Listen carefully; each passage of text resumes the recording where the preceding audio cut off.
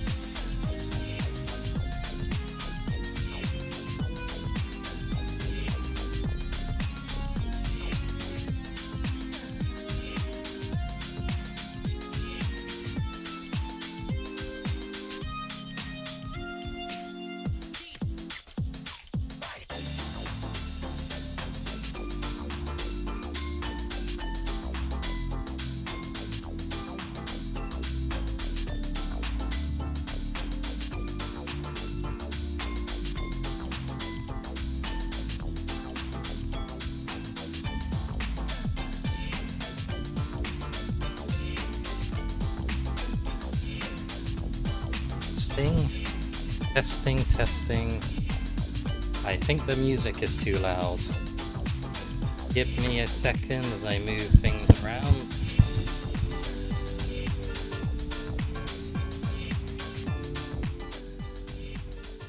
Lower that volume. There we go. And hello. Anyone who is here. Let me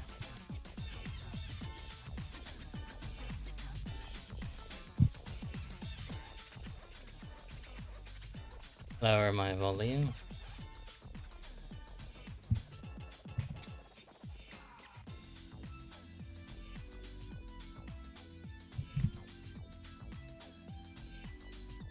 All right, I'm here.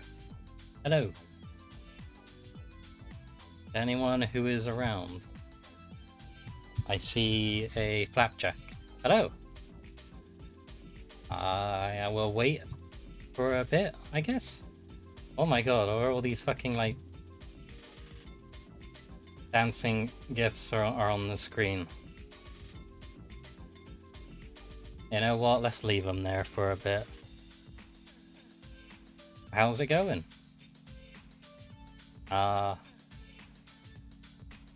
Let's give it a bit. I was supposed to give an hour's notice because I always usually do, but I took a nap, which I haven't done in a while. I am awake, got a drink, And Cheetos. Well, not really Cheetos. What are they? Give me a second. They are called Tornadoes. The Aldi's version of Cheetos, so we'll find out if that's actually better or worse. So right next to it is a granola yogurt that I had seemingly got with me.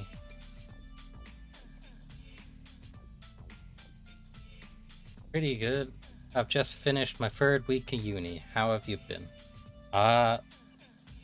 Busy, but mostly to do with life stuff, unfortunately, as opposed to game dev. I've been very exhausted mentally and physically, so I've been kind of like no time for anything. I did wanted to do a stream in some case, some form of another. How's uni anyway? 3rd week of uni.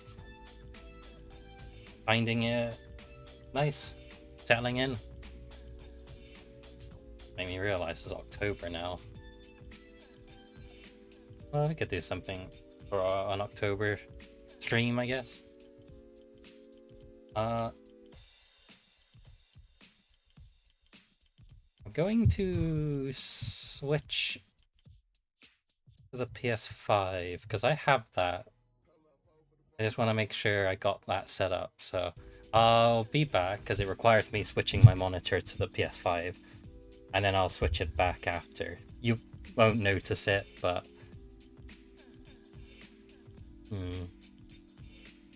I will return in a second. Mostly just making sure everything is in check. PS5 is updated. Update this controller. I didn't know you could update the DualSense controller. Let me put that to the side. Don't turn off your PS5. I got the capture card to work for this thing, so it shouldn't be too difficult. Okay, there it is. And then games on here. I'm just seeing if there's anything here that would dox me. Probably not, because when I got the PS5, I made an account username under my VTuber name, so there wouldn't be anything personal unless I were to go to the shop, which I'm obviously not going to do. Yeah, that seems to be all in check.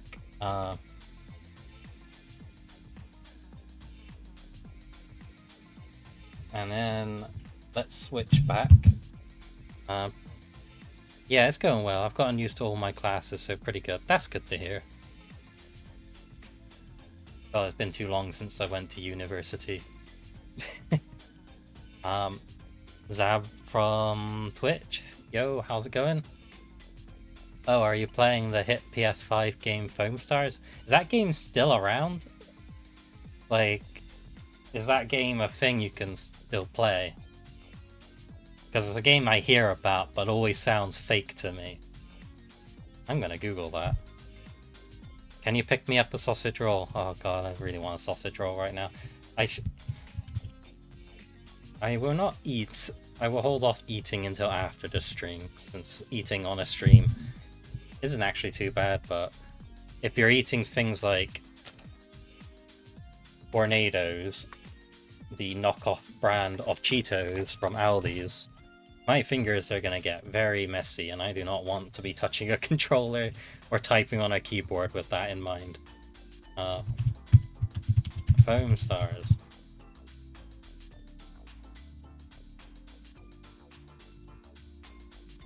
No way that thing is still going.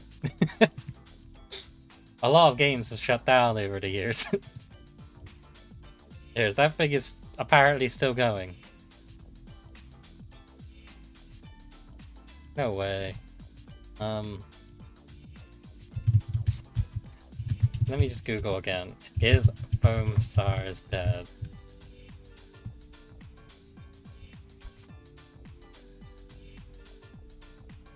Apparently it's just... Well, I'm not reading this. Okay, let's read a news article from December of last year.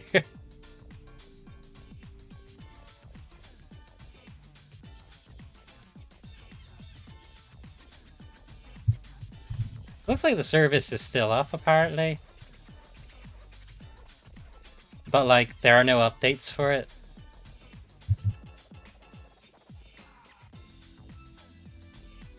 I'm trying to figure this out.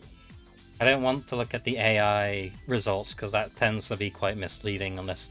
And I tend to, like, at least go to an understandable source.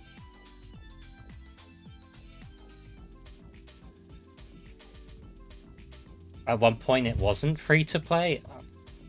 I would have assumed a game like that should have been free to play. Let's lower the volume a bit more for my mentality. Live service games were a mistake. I'm still gonna wait a bit for more people to turn up, I think. I don't know. You want to talk about video games? Because that's all I've kind of been in the sphere for, like, the news and all that kind of stuff. Is there anything, any big news or any hot takes you want to hear me say? Let me see, what's the latest in news? I might show off my game for a bit. My game hasn't received as... you know what? Let me double check my old stream. That is a good way to remember what I actually talked about last time. Wow, I played for the entirety of Off, didn't I?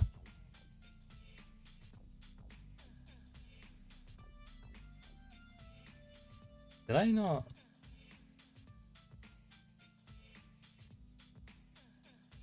Did I not implement... There's no way this is it. This is all I talked about. I've done a lot since then. That can't be right. Oh wait, no, it's in this stream. Okay. Yeah, the different attacks. Okay, so we had built the attack system. I don't think there's much for me to say on the game dev side. The problem is that, like, I haven't had as much time as I want, and the progress I've got...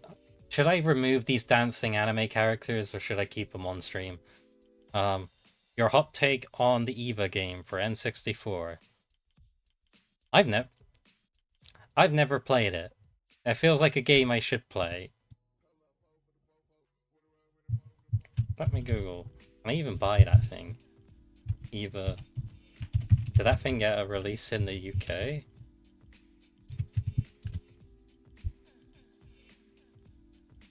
Oh yeah, I can buy it. For like nearly £100.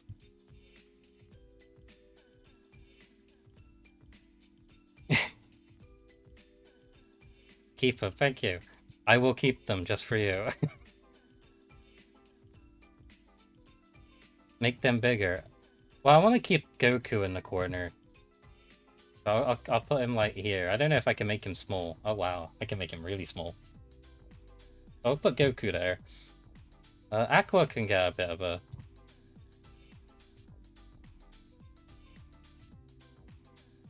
thing. I have the dancing Fortnite girl from the movie Pompo the Cinephile, I think it's called. Let me double check. Yeah, it is Pompo the Cinephile. Looking over at my Blu-rays. I did not like that movie, but it was quite... It is fun to watch.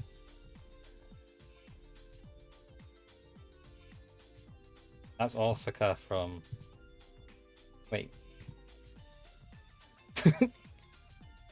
Okay, I can't move Chica. Okay, I can move Chica. We'll move people to the side, so when I do show something, it'll be in the middle. The EVA game uses the Mario 64 sound font. Oh wow, that's kind of... That's nuts. Really? I'm just gonna look that up on Wikipedia. Is that just because it's just built into the N64 kind of thing and they use that? I'm not really sure how the Mario 64 sound font is utilized. But yeah, I guess it is a fighting game. That's funny. That's pretty funny. Yeah, we'll keep them in there. Those are my... It's because I can't be bothered to delete them. So they're gonna say... I guess just do some quick game dev updates and then we can play some PS5, I guess. I've been meaning to play the PS5 for a while, because I bought it, 2 reasons. The first reason is that the, my PC is not as good as other PCs, and it stood out to me very apparently when I streamed Elden Ring, and the game was just looked bad and the quality of it dipped, and I had to change the settings, and ultimately I was like, I shouldn't have to do this. The second reason is someone sold it to me for £100 cheaper than you'd normally buy a PS5. So this is one of those the original big PS5s with the disc drive. And also I just wanted to play some games in like the best way possible. Having it's nice, and I was playing a lot of it, and I put a lot of games on there. So a lot of them, to clarify, are like pre-owned games I got from CEX. Before or after the new tariffs? Before. The guy who sold it to me, I messaged him first. I was like, that's very cheap. Is this real? And he said, yeah.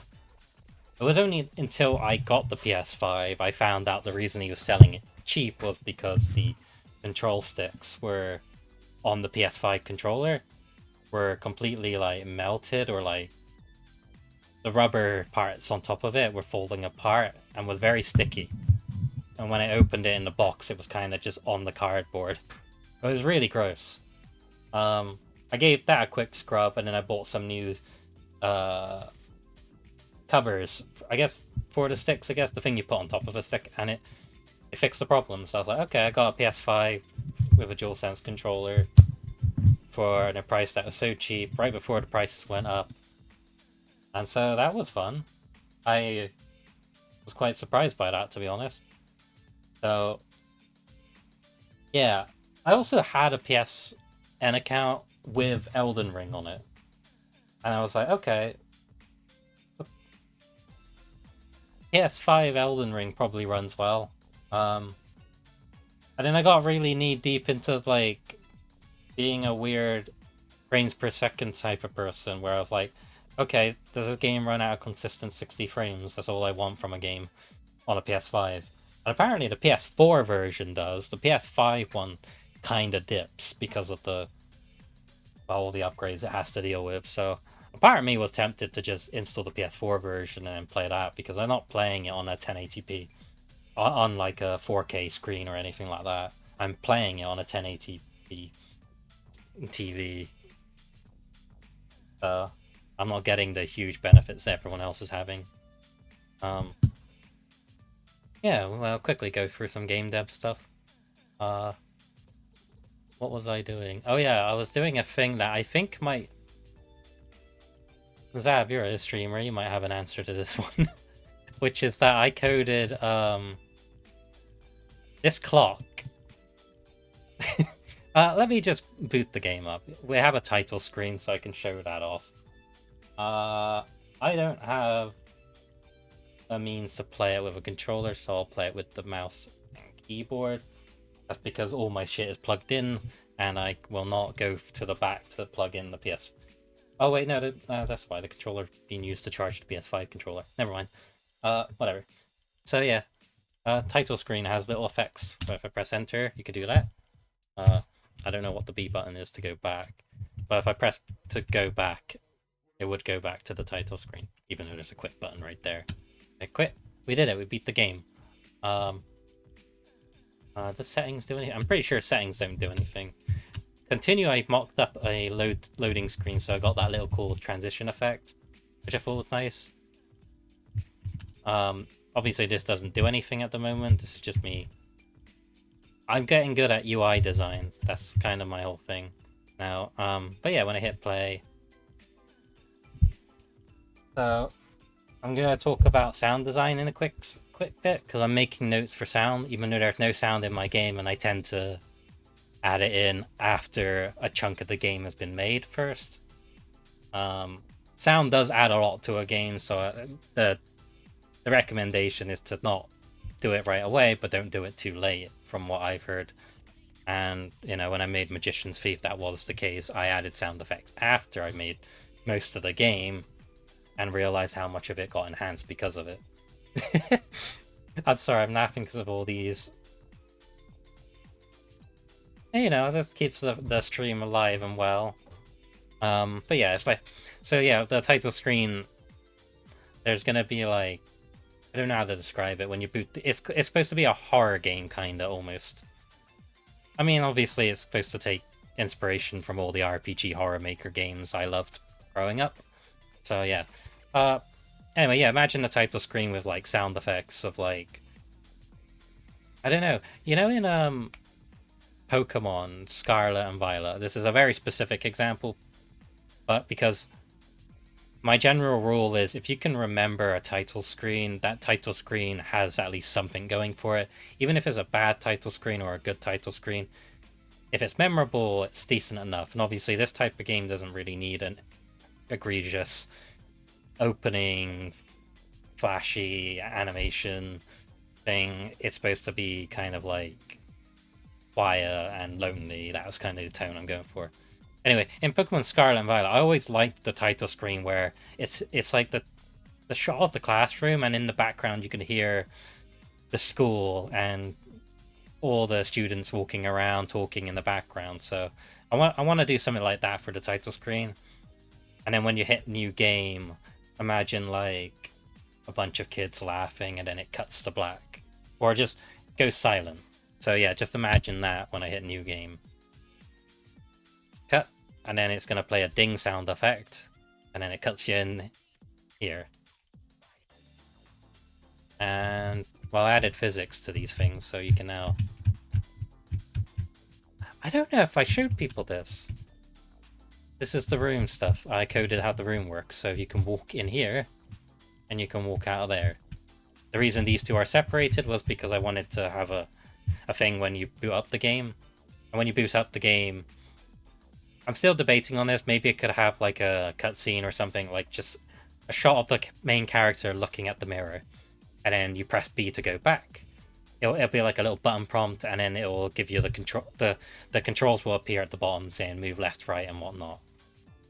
I'm trying to remember. Okay, yeah. So so that's the UI. I've already shown the UI before, but I've coded it now to be that it hides the stats and all that kind of stuff until after you get into the dream world, or supposed dream world. I'm still writing the story down, but I wrote down the general outline and document, sent it to some friends, and then no one replied. But that's fine, because I think the better way is that I rather show the game as opposed to writing it on a huge documentation and be like, here's the synopsis of the game with all the twists and turns. What do you think? And I'm like, you know, you could have the best game ever, the best writing ever. It doesn't matter if you can't execute it right. Like, writing a story and telling it in the medium of a video game are two completely different things. Another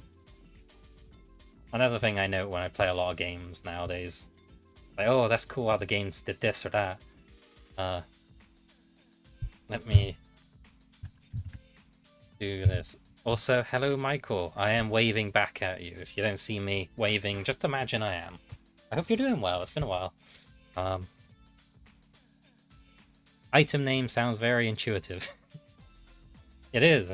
I was supposed to do the menu screens and get all that working until I realized, oh, I have to actually create a bunch of sprites for the other screens and visually show stuff. So at the moment, it does nothing.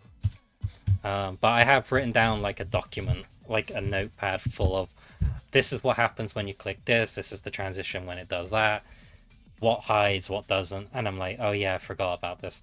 UI design is a nightmare. Oh, actually, sorry, menus are a nightmare to code sometimes. At least in my experience, it's like that title screen that you saw, that was fine. It's got like a few screens here and there, and it's easy to move things around without being overwhelmed. Magician's Thief is like an example of a screen I hated because one, I was very inexperienced. I didn't understand game design. Well, I didn't understand UI design properly, so when I was coding it, I was kind of doing it as I was winging it. So when I approached this game after I did the... What was the story again? Right, yeah, I was working on that card game project, and that's how I learned how to do UI design. And learned how to do all kinds of cool transitions and effects. And learn about tweens and everything. And I felt really proud of that. And yeah, that's kind of what obviously led to this game. I'm pretty sure I told this story already, but I'm like, oh yeah, I can make the game I want now. So yeah, going good, going dude. Thanks. Hope you're not too burned out. I'll be a bit honest. I was supposed to get the UI stuff done within 2 weeks, but I was pretty burnt out mentally and physically. It partly from the game, but also partly from reality and being overwhelmed by everything going on, just in my life in general. But you know, that's how it is, and we gotta pull through. And I tell myself every day, if this game succeeds, my life will change quite drastically. So, in here you can't really do anything at the moment. I added collision, but you can interact with things in this area, in this room. All right, I was saying to Zab a second ago, you're a streamer. I'm wondering what your take is on this. So if I interact with this clock, it'll tell you the time. My problem is that like a form of doxing? Because it will tell the player or a streamer the current time that's on their PC and could tell them, oh, you're in this part of the world. Potentially. No, not really. Okay. I think it's a bit too much, but I'm not going to do that. That's good to hear then. Because I've seen a stream, I think it was for the game Buddy Simulator, and that actually doxed a streamer's real name, because their PC name was that. And the game uses some meta-narrative, so it actually looked into their files and like called them by their real name. And I was like, oh god, that's terrible. You shouldn't ever be doing that. So I'm a bit paranoid after seeing that happen. I narrowed your location down to 4.17% of the world.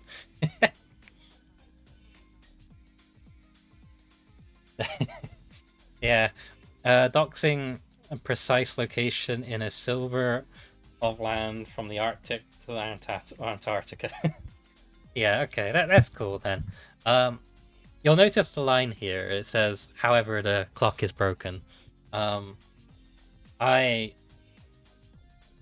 did that because I didn't want to create... I thought so this is like, I was thinking, this actually kind of pulled me out of my like slight burnout. I was like, okay, you know what, I'm gonna go code this clock. And when I was looking at this clock, I was like, cool, I got it to tell you the time. It's like, however, the sprite on the screen is clearly showing 9 o'clock. So what do I do? So I just said, however, the clock is broken. But I went a bit extra in a way that I thought was a bit... I was like, oh man, I love game dev. This is why I love it. So the clock has... Let's see, it's in my in-game thing, because I've in-game checks. Where if you interact with the clock at exactly 9 o'clock, whether that's AM or PM, it will say, however, the clock is broken despite it being exactly 9. And I was like a moment in my brain, I was like, I love game dev because it made me just think of a good excuse to not do that. And it's a thing no one's going to do. No one's going to wait until like 9 a.m. or 9 p.m. exactly to interact with the clock to see what would happen. But I know a version of me when I was a kid would definitely try something like that.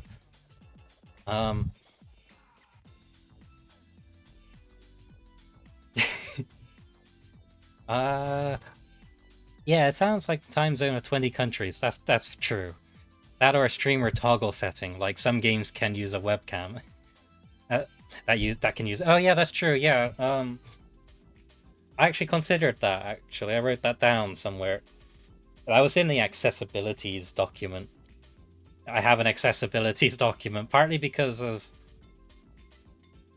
something I want to always do, but at a later point. I always be like, oh, I want to do some accessibility stuff now, and telling myself, no, no, no, no, no. The game needs to be built to an extent because some functions and features may be cut, and you might be wasting more time coding stuff that might not be in the final version of the game, or features that might not even be used. Have you met gamers? That's true. I've seen the Deltarune and Undertale fan base. Both the good sides and the bad, but the good sides usually are people just digging up hundreds of little nuggets. I thought, okay, that'll be fun to interact.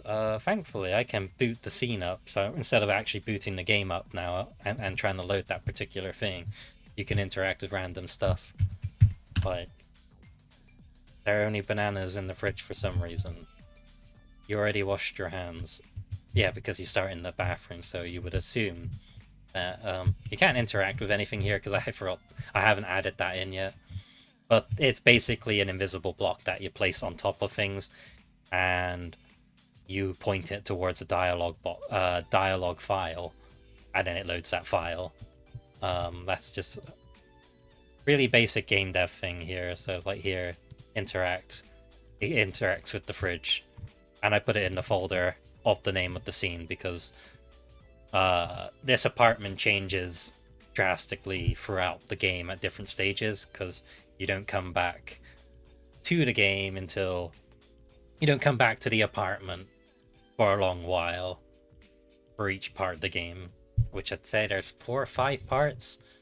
I don't want to spoil much of the plot, but I've saying to some friends, like, I think the plot is very predictable, but if I'm able to still surprise someone, I've done a good job. Squeaky clean oven. I'm trying to remember what I typed here. Yeah, the clock thing I was just doing because I wanted to that's my like advice to trying to get into. If you're doing game dev or you want to do something instead of nothing and not get depressed over the fact you didn't do much, do literally anything. And me doing that clock or even adding all these interactable objects. I don't know if this computer can be This PC hasn't worked in a while after sticking a trading card into the floppy disk drive. Okay, yeah, I forgot. Most of this stuff I did last night, so I was doing it half awake. I don't know if my sister told you that story, but we had a PC back in the 90s that broke, and it was broken for a long while. And then we found out one day that someone stuck a Charizard card into the floppy disk slot and left it in there, and for some reason that caused the computer to not boot. That's the story. I should probably clarify, it's not an actual like the main Charizard card, the one that makes you rich. Tiny bin which never gets used. Probably because, okay. It's Mr. Plant.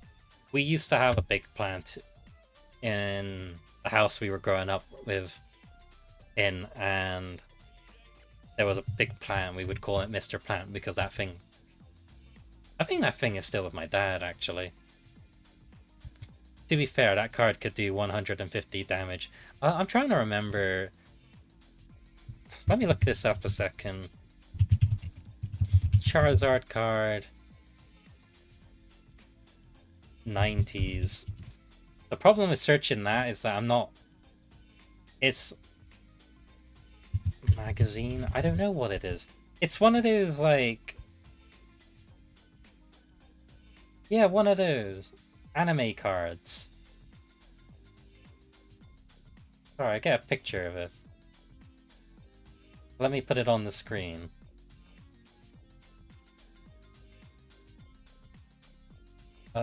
Image. Desktop. This thing. But like, not this particular card, but it was like these anime cards that you would just buy in magazines, I think. And there was like a foil Charizard of this that I really liked. I'm fairly certain my sister was the one who stuck it in the floppy disk drive. I was pretty stupid back then, but I don't know if I was like that stupid. That Charizard has constipation, probably. That is, Ash's Charizard tend to do that a lot back in the day, until it started giving a shit. That good old Charizard. But yeah, that was the story behind the computer. And yeah, I needed to put some sort of like dialogue here. Give me a second. I need to get a bottle of water.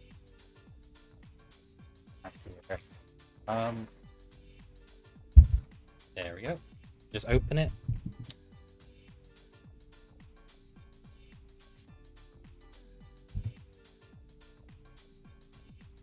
Yo, Theo. Yo, Colin. How are you? Welcome. How are you doing, my friend? It's been a good while. Yeah. It's a frame vintage poster of Tokyo Rifter. Swashbuckling hitman Firebird Iron is on the run from rival gangs in a fight for survival. One of your favorite movies. Yeah, that's based off an actual movie, but you could probably look that up. Wait, what did it say? Blue and orange sweaters. Blue. Okay. I'm reading this like I've never explored my own. Like I'm the one who didn't do it. Who didn't write this dialogue. You don't need sleep. A thing I was in the middle of doing, but didn't have time to, is that when I interact with this, it's the Saga Neptune. If you're wondering, the Sega Neptune is a console that did not get made by Sega. Good to see you again, but I'm currently outside, so I'll catch a VOD. Yeah, you get inside and you relax and take it easy. No pressure.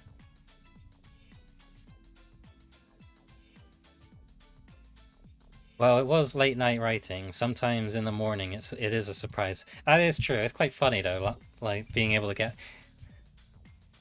If I'm able to get a good laugh out of it, out of myself, I'm at least certain I would be okay with this. Grocery list: carrots, bananas, and don't forget milk, because I always forget milk.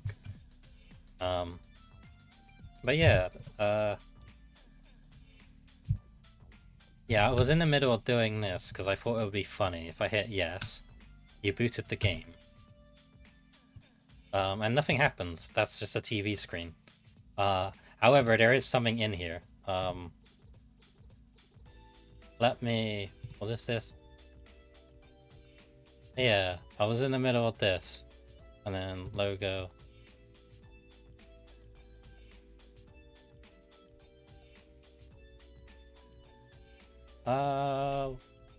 Alright, it's here. Hello, Loven. How are you doing? It's been a while. I hope you're doing well. That's right, I can't stop shoving Magician's Thief into everything I do.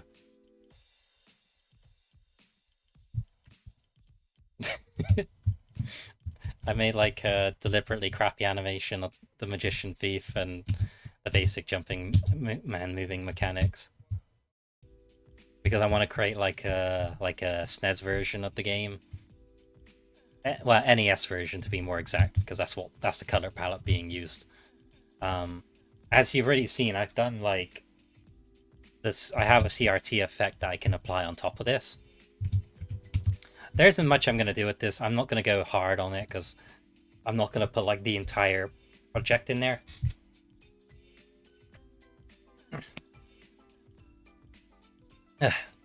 Oh, I heard Magician's Feet. Yeah, you would have heard that, wouldn't you?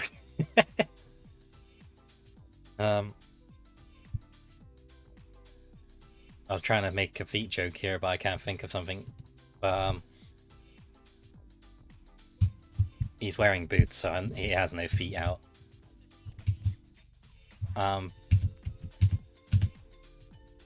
CRT effects would be great. I think I have...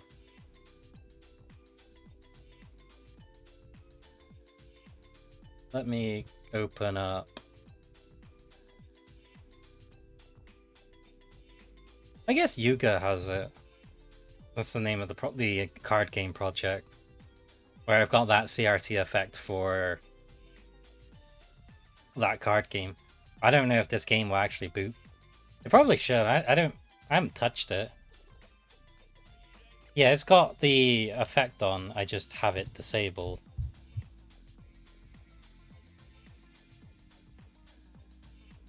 Let me find. Where are you? CRT effect. Ah, it's under the materials. Yeah, it's got all these like settings here. I won't save this. I'll just turn it by its default effect. But yeah, you can see as an example, there is a shader out there that I got, which I believe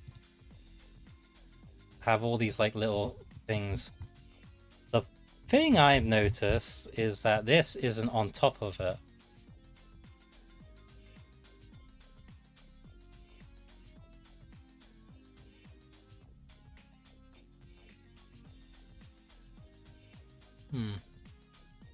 Yeah, see, the reason it doesn't looks a bit weird is because it is right. That's why it's like under. Let's put it on top of everything. It really fucks up the camera view. Yeah, we could add something like we can use this shader basically. Wow, wow, I really make a lot of games, huh? Yeah, let's not save that. So something colliding and not working in your favor, Theo. How is oh, and not work? Yeah, how's your life going? It's the same. I've been hit with too much reality stuff at the moment that I'm a bit overwhelmed. So that's why I've been a bit quiet. Games and job and oh, life is tough at the moment, but I'm getting through. And then that's the whole aspect of the reason why I keep game dev going. Is because that's the thing that keeps me going mentally. Yeah. I'm in a good mood though. That's why I'm able to stream today. Oh, right. I forgot. That needs to be false. And then that needs to be off. So when you boot up the game... Yeah, so when you boot it up, you'll be able to play that game. It'll be like a Mario 1-1 level kind of design. That's why it's called Magic Thief and not called Magician's Thief. The whole joke is that's just a very early idea.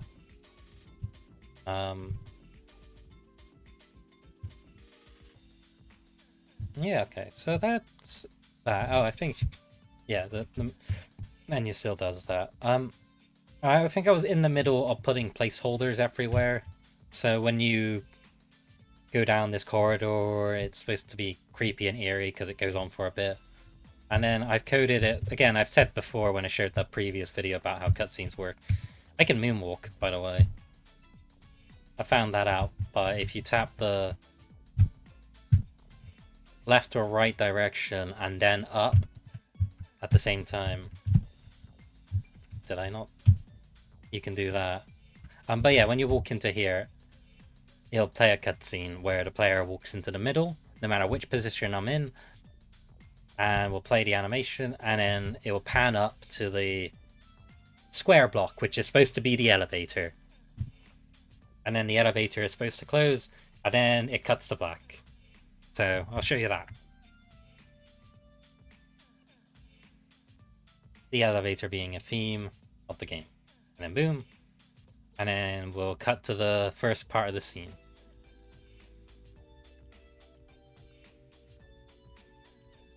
Will there be strafe jumping? Maybe in Magic's FIFA.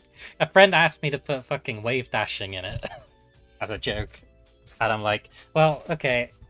I want to know how to do that. This is a temporary cutscene, so basically the character is supposed to be asleep. Imagine it fading into this weird, obscure world. Obviously, there's nothing here. But imagine the player's asleep and then someone next to him, the character that's of this world, who talks to the player. Cutscene with some animations, looking left and right, says you shouldn't be here. This is the edge of a cliff in the middle of nowhere. It's dangerous. There could be monsters. Then we'll have the monster come in from the top and says, oh no, there's a monster, help me, save me. And then it runs behind you. And that will lead into the very first fight, which we all know as Pedro. And I've already talked about Pedro. He's an enemy that does literally nothing. So if you hit defend, it does nothing. I don't know if this update was in the thing, but the game now allows dialogue. So if the enemy can and will say a line of dialogue before doing an attack. And that attack, it's an Undertale thing, but like I was thinking about it and I was like, well, okay, how did they do it? And I was like, oh, they did it exactly how I was thinking of doing it, which is that like in Deltarune specifically, when the character is about to, when the enemy that you're up against is about to attack, they give you a clue. Both enemies will talk. I haven't talked in a while, so I need to drink a lot of water. So when the enemy talks, they will give you a little hint of what the attack might be. So I never really pay attention to that when I'm playing the game, but yeah. That was a whole coding process because I had to code it for bosses. So bosses will now have a fixed set of dialogue. And unique enemies, if I wanted to, will have a unique set of dialogue it will go through first before it then starts randomizing and choosing different attacks. It's weird. I have to do a lot of number crunching because I'm like, okay, the logic is that when an enemy attacks you, they will pick between 1 or 2 attacks, 1 to 3 attacks maybe, 1 or 2 attacks, and then after, well, okay, so if the enemy has 3 attacks, right, you don't want it to just randomly pick one of the 3. You want them to pick one of the 3, and then pick one of the 2, then pick the last one, so it doesn't become a weird like where probability plays a factor into that, and then you fight an enemy that uses the same attack over and over due to just complete RNG. You want the player to experience all the attacks and then watch out for them. But you don't want it to be fixed entirely, because otherwise players will be able to predict what the attacks are. With the exception of bosses, because I think bosses are fun in that when you first fight a boss and they completely destroy you, and you come back to it and you learn the patterns and what to dodge and how to deal with the attacks. And you're inching closer and closer to victory. That's the idea anyway. I'm fairly certain I shared the... Did I share this attack? This is the bouncing ball attack that I coded. So when you... It will like lock in, and so when you hit enter or A, you can basically bounce the attack back and forth. I'm fairly certain I did talk about this. If I didn't, you get to witness me to see if I can beat my high score of 23. Though the game does glitch at 23. Fuck. Okay, there we go. And I killed the enemy. That wasn't meant to happen. So The bouncing ball attack was fun to code because I had to watch so many game videos of like Mario and Luigi, and I think Sea of Stars, I think, is the game where they got like a it's like the shell attack in Mario basically. I think it's Mario Partners in Time, but you bounce it back and forth and you got to time it, and if you miss the timing, it goes off. The coding behind that was a lot more interesting. I'll explain that in a second, actually, because I think it's cool to talk about this, so I will. Which is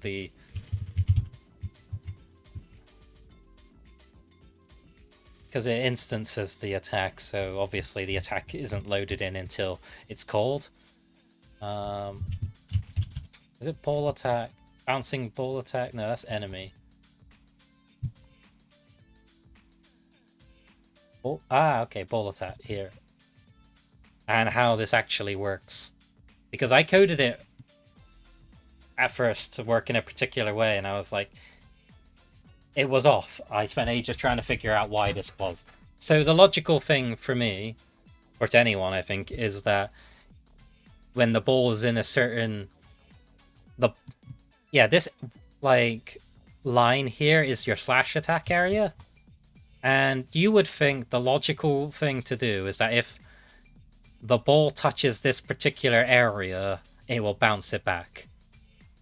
And I thought that too, until I'd played it, and I was like, it feels off and it feels wrong every time I do it. So the game kind of cheats. Or rather, it's coded in an interesting way that the player wouldn't notice this. And I had to study a few games from it, because I think it also does this, where actually if you press the swing attack in this area, when it gets to this box, as soon as it touches this box and it's like, oh, you pressed swing here, do the swing now. So it's like an input buffer almost, like you...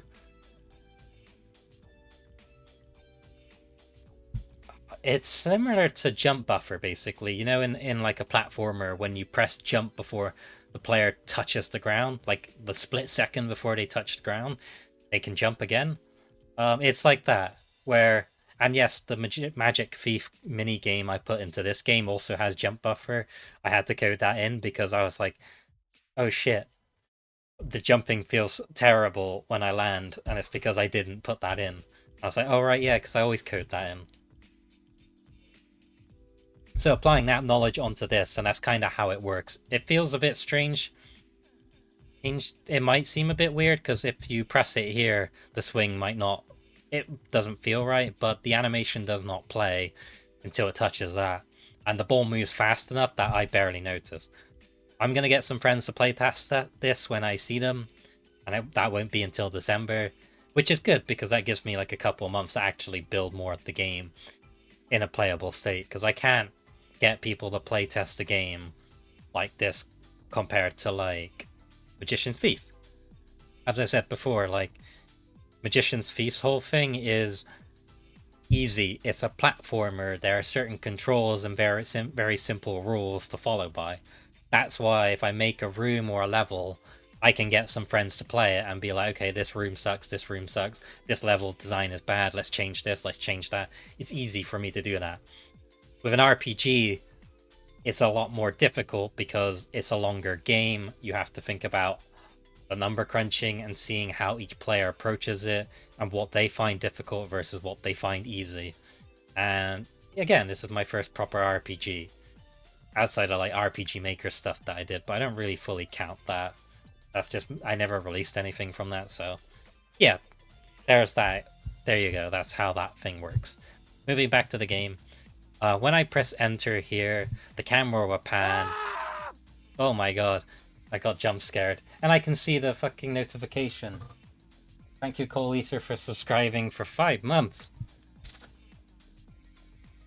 Yeah, it's been 5 months. Alright, I'm gonna try and stream more often. Also, hello. Thanks, you. Oh, I got me. I missed the screaming. But yeah. Alright, thank you. Thank you, Zab, too. I actually mentally prepared myself for that. For that second one. Yo, hope you're doing well. Missed the start due to dinner. No, it's alright. It's all good. I haven't streamed in a while. I haven't really shown much of the game. It's basically because I've been very busy with life. Been kind of stressful, but I've been alright since then. So that's why I'm back to streaming. I have a PS5 on. Is that thing on? I think it turned itself off. Okay, it's in sleep mode.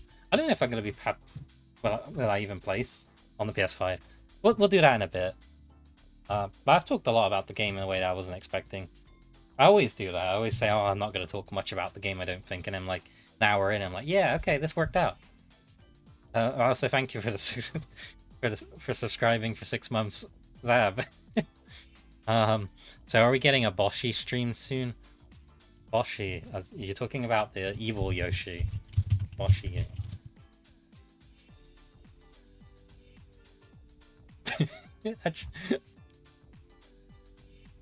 I want to be the Boshi.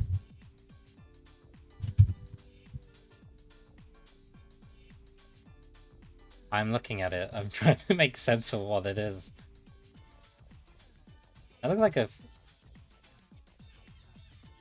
crazy Kaizo. Is that the Cheetah Men from Cheetah Men?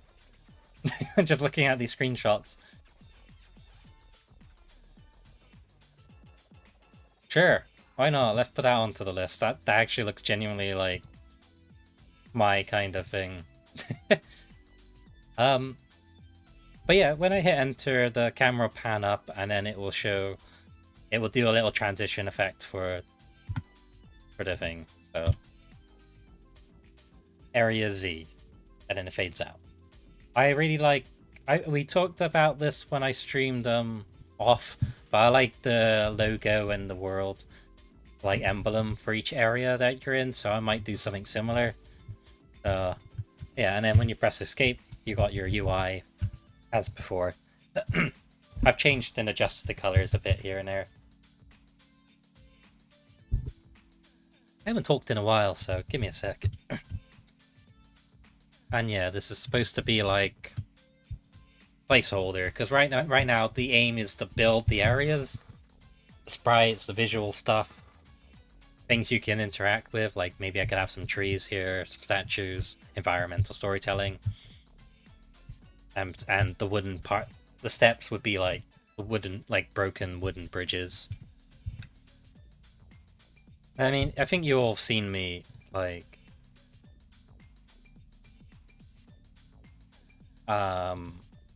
shown concept art for like Exclusion, well, Exception, the original project. Let me get that a second, because I think I'm going to use that aesthetic for this world, because why not? And building, yeah, building and coding the areas, the enemies that you fight, and yeah, this is a whole different kind of level design for me personally. Like, I know the process when I'm making a level in Magician's Feet with a platformer, but here it's like, what do I do? Stuff to interact with is one thing, but fighting enemies, is that enough? Do I need to add puzzles? I know I'll use this moment while I'm looking to ask all of you. In like a game like this, maybe like a top-down, maybe an Earthbound, what do you like to do in between stuff? Do you like doing puzzles? What kind of interactable things that you get from traversing from area A to B? And what do you enjoy? I had like a server where I asked all my friends in that. That's a server with like 60 odd people in it, I think, and I abused the at everyone thing.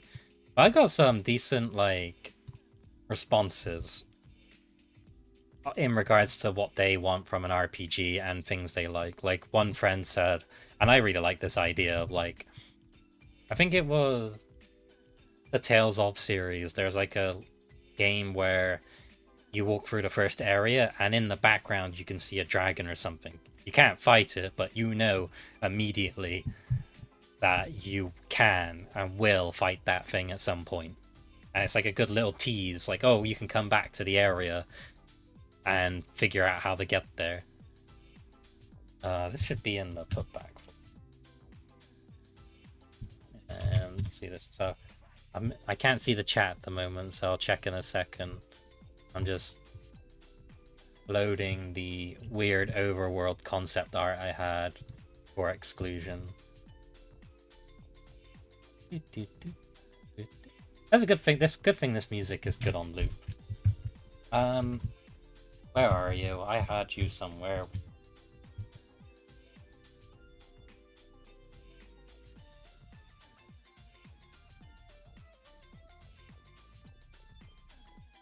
Ah, here it is.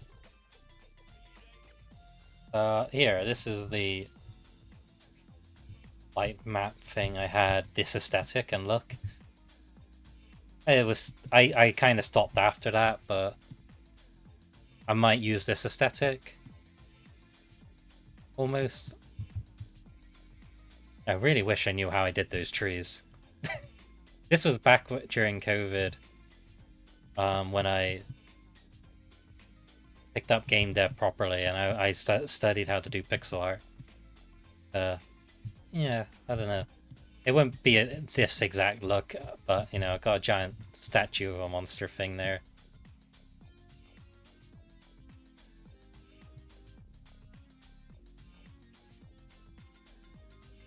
Yeah.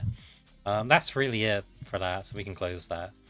Alright, let's read the comments. I want to be a loot goblin, just a bunch of random items to hoard. They can be useless, but I want to rummage and collect. Yeah, like treasure chests and whatnot. That was a thing I was like thinking about. Yeah, you do need to pick up items somewhere, and a chest seems like a logical thing. It needs to be indicated. I was thinking, oh, does it have to be a chest? I spent ages like thinking, oh, what does it have to be? The indicator, an item indicator? Does it just have to be like a flashing icon or something ridiculous? And I was like, no, it doesn't, because in the game, if you see a chest, you know that every chest in the game is an item of some kind that you need to pick up. I do like it in games where they hide a treasure chest behind like something just subtly in a way that you can still see it and you find it on accident. That stuff I like. So yeah, items that you can collect, things that are worth looking around for. Maybe I can have a statue, for example, where it has something inside the statue, you pick it up, and then it immediately tells people to go, oh right, I found this item in a random statue. There could be more somewhere else, and it will tell players instantly, hey, interact with everything. Or not. You don't have to interact with things. I fear it could be a little time consuming to implement, but I love the kind of mechanic where you can collect something to keep in a home. So you can feel kind of a progression with filling up your own space with things that remind you you've traveled in the game. Oddly, the thing that would be time consuming is if you were to say something like, oh, maybe you could customize your room and put stuff around and rearrange it. That would be time consuming. If it's like a particular item that will appear in the apartment after you've collected it, and I can't spoil the story and where it goes with the theming of dreams and whatnot, but it's doable. It's very easy to do, actually. I would have to... The time-consuming thing would be coming up with the items and objects, but there's no reason why I can't do that, honestly. I think I like that idea. The thing is, the apartment changes its interior design and layout every time you come back to it, for a story-related reason. But I think if you were to go around collecting and hoarding things, you could have stuff that would, like, appear and not appear. I think I talked about this story before, and I only found out, I think, a year or two ago. But I used to play a lot of Pokemon Fire Red. That was probably the Pokemon game I played the most of growing up, even more so than the original.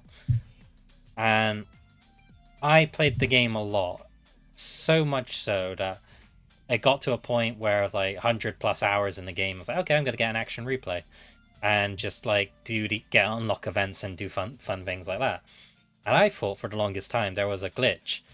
I think her name's Lorelei, the one of the Elite Four members, and she has a house in an island, in the Sevi Islands. If you go there and go into her house, she has a plushie. And I thought I may have broken the game or something, because when I came back to that house multiple times, more and more plushies kept getting added, and I couldn't find anything about it online. I looked everywhere. It was only until like, the last couple of years where someone made a thread about this and said that the number of plushies she has in her room is dependent on how many times you beat the Elite Four and become champion. And I was like, oh, that explains everything, because that's how I got my level 100 Pokemon back then, is that I would grind the Elite Four over and over again. I always liked stuff like that. It was creepy and not being able to find a clear answer for years.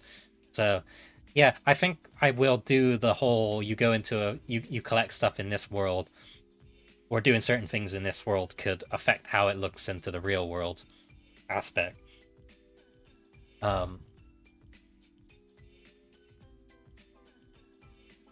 Was she just coping and bullying and buying one every time you beat her? Were you the bully? Probably. I think I would get pretty depressed too if I was the Elite Four and a guy turned up the champion every day and kept like destroying me over and over. Because I beat the Elite Four like, oh, God knows how many times. It had to be a lot. I think you had to defeat him a lot for more plushies to even appear. Maybe collecting seeds somehow reflect the place you visit. Yeah, I mean, there's a lot of things I want to do with this game, and I've already written like a document in regards to the structure. So that I'm gonna have to replay Legend of Zelda Majora's Mask, because that's a pretty goaty game, as the kids would say. It's one of the best games ever. And one of its strongest aspects were the side quests and the world and the characters in that very self-contained small world that you were put in. And yeah, that was another question I asked my like group of friends, like, what particular quests do people like, and why? What is like the incentive for you to do side quests to learn more about characters? And it mostly to do with like aspects of that character and how they interact with the world and how the world affects them in some way, as opposed to, hey, I'm like hungry, can you go get like these ingredients from this farming area with all these bad enemies you need to kill. Like that, I'm not going to do quests like that. That's stupid. I want to do quests with an actual story, and each one of them is going to be uniquely different. That's a big ask, because there's a lot you need to do to make that work, and each one has to be at least somewhat uniquely interesting. And I also want it to be a little bit subversive, in that, like, the game will give you choices in a way that if you make a choice, it might have a domino effect. I'm talking big. I feel like one of those types of people who like talk about all these cool ideas, and then I've seen people do that. I've seen developers do that, where they talk big about their quests and what they want to do with the game. And when it comes to actually implementing it, it doesn't have half the stuff that they claim it is. So I don't want to be doing that. But at least I think I'm smart enough and self-aware enough to be like, I know where I'm going to draw the line, and if I can't do it, I will explain on the stream the details of that. But I don't see why I can't. The reason I'm coding this game in Godot and not in, like, bloody RPG Maker is because I can do anything. That's not an exaggeration. I can literally code anything for this type of game, I think, in regards to the limitations of what I have for quests. You don't want to be Peter Molyneux. No one wants to be Peter Molyneux. Unless Peter Molyneux wants to be Peter Molyneux. The dude seems very confident in himself to this very day. I sort of respect that he's like... He can say shit with such confidence and still not react to people's backlash and reactions to him. It's weird. He's a weird dude. I got banned from the park for catching too many lizards, but they are my pet owl's favorite. Defeat 5 lizards in a lizard. I gotta do one quest that does something like that, to be honest. There has to be one dumb quest. Right? There has to be some sort of, like, twist or some ridiculous thing. I need you to go kill these bad enemies over here, and you kill them, and you're like, you kill all the villagers! Because every, like, creature in this world is not, like, a human. They're some sort of monster, and sometimes they'll attack you, and sometimes they won't. Let me just scroll up. Subtle waterfall. I want to add waterfalls.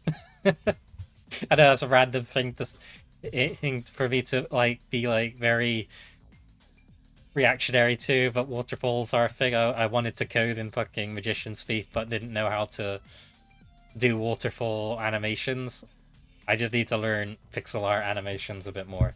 My weakness is that, at least from what my friends told me, is that I'm good at doing pixel art. And my weakness that I think I have is that it takes me ages doing pixel art. I can do characters, I just can't do world stuff. Wait, I can do like... Yeah, Oh, right, yeah, and other things I coded, right? Oh, there's a line on top of that, I know how to fix that.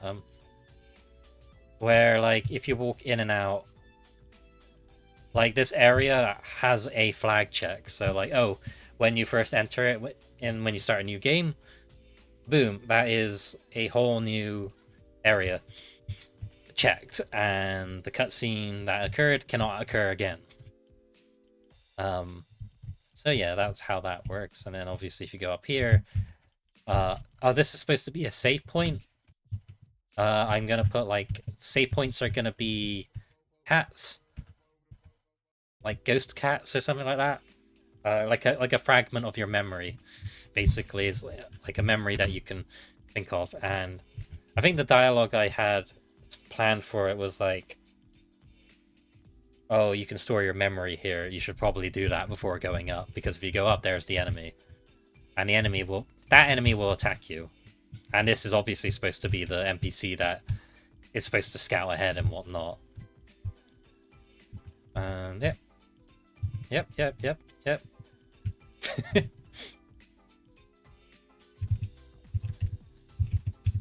Okay, I was trying to break the game. Okay. And then obviously we met Clive. We've met Clive before, and we obviously know how that goes down, so we can attack him. Unique dialogue. Oh, right, okay. This version of Clive will show you the free dialogue. It will show the unique dialogue. Hello, blah, blah, blah. And then it will do its attack. It's weird. It will do a random attack. And I think... Let me just see. Unique dialogue 2. This doesn't do anything. I know it doesn't. This is a scrapped attack, by the way. I just wanted to put something there. Unique dialogue 3. This will actually damage me, so I have to actually dodge it. Oh, it did 0 damage. Never mind. And what happens if I do it again? And then it does the default dialogue. And then it does its normal attacks based on that.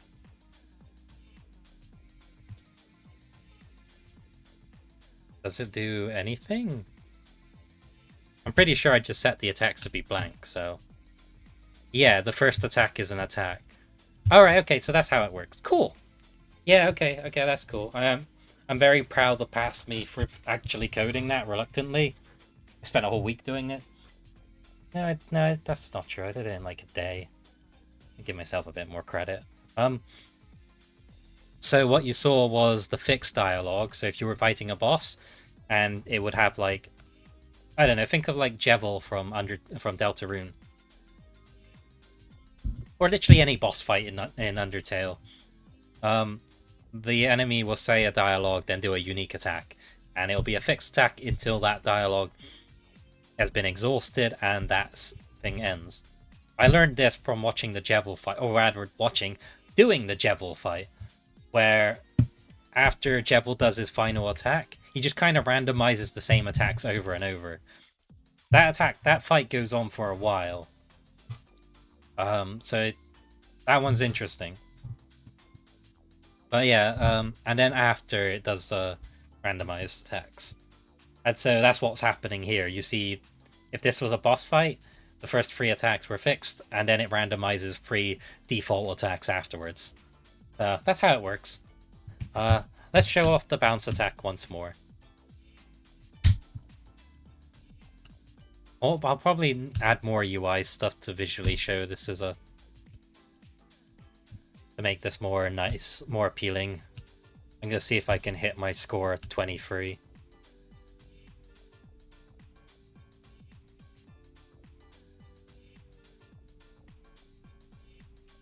I can't blink. Oh, 21, fuck. Okay, I'm at...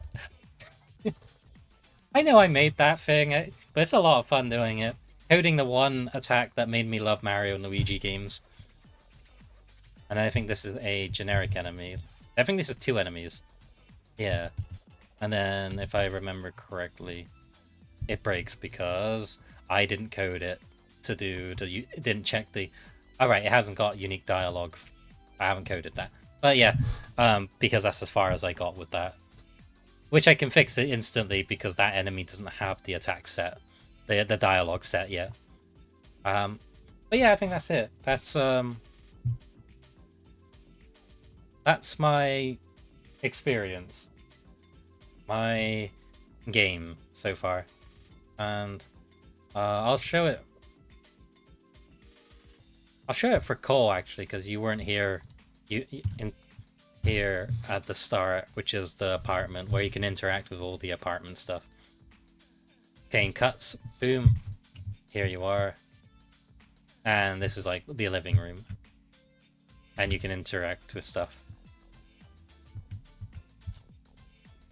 And I was saying, for anyone that missed, that I coded a clock that tells you the actual time, and that if you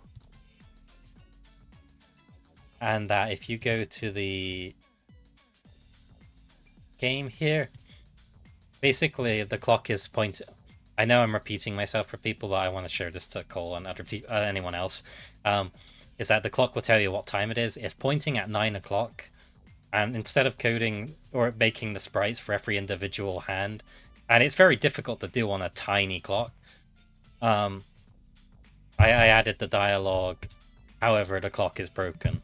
However, if you were to interact with it at exactly 9 o'clock, it will say the clock is broken despite it being exactly 9, whether that's AM or PM. And yeah, my point was, a kid version of me would have tried that, and I think I would have loved that. But yeah, that was a random coding exercise I do when I haven't been on a project for a bit and I need to get back into it. So yeah, oh man, that looks so nice. Thank you. I'm glad people like the look of this thing. This uses free assets. No, it was paid assets, sorry. The flooring and the walls are all mine. The computer, I believe, is mine, and the TV and game console. I don't know if the plant's mine. The poster is definitely mine. The phone is mine. Some of this stuff is a mix of that. I kind of bought some pixel art assets for furniture, and then I styled it up to match more of my aesthetic to an extent. Would make for a banger Steam achievement, right on time. That would be funny. I haven't even thought about the concept of achievements. I'm in that... that's not true. I like that. I grew up without achievements, and I never... Not my hot take on achievements. My take on achievements is I don't have any thoughts on achievements, because it never came to mind.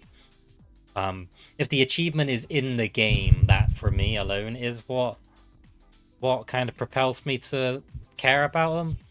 But I think maybe it was from like the PS3 days where like trophies and whatnot was outside of the game as opposed to being in game. I know that sounds a bit weird. My brain has been wired very differently, as you can tell from this game and how I am in real life. But yeah. So I'll just show some of the dialogue and then we'll wrap up and then jump on the PlayStation 5 for a bit. I don't know. I'll check my messages because I know I have a thing with friends at 8. Believe it or not, I do watch anime sometimes. Grocery list, carrots, bananas, and don't forget milk. And I was saying earlier that I wrote a lot of this dialogue last night. Oh, which anime? What are we watching today? Let me double check.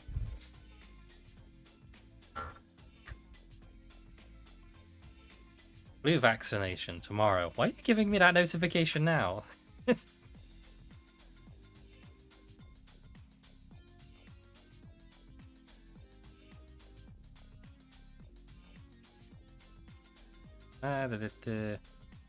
We are watching Bang Dream Season 3. I have a friend, I got into it, and we have gone through it. We have a friend who I got to watch Bang Dream It's My Go. Just add them just to be sure. You and you. Anime the Night Queens. Both of these dudes are gonna be real confused by that. I shouldn't toss my phone to this. Sorry. I made it sound like I throw my phone all over the place. I have a large double bed. Would be nice to have a single bed so I have more space in this room, but I don't intend to live here for that long. Yeah. Oh man, you got me thinking about anime. I probably should do anime streams again, where I just talk about anime. Would that be a fun idea for a stream, where I just talk about a very specific anime that I like for like an hour? That seems like a concept. Like, I want to get back into streaming properly, and I think being able to talk about my game has already lightened my spirits and made me go, oh yes, I actually want to get back in. That was part of the reason I didn't do a stream. Or is because I was like, I didn't think I made enough progress. Let me just show. Oh yeah, and yeah, this is call you will if I hit. You can play a game. Obviously, it's not doing anything at the moment because the game is here, and I need to turn it back on every time. It only works in this room, by the way. I'm not. It doesn't actually like secretly run in the background the whole time. Let me open up that and the overlay. Yeah, and this will be the last little thing I talk about.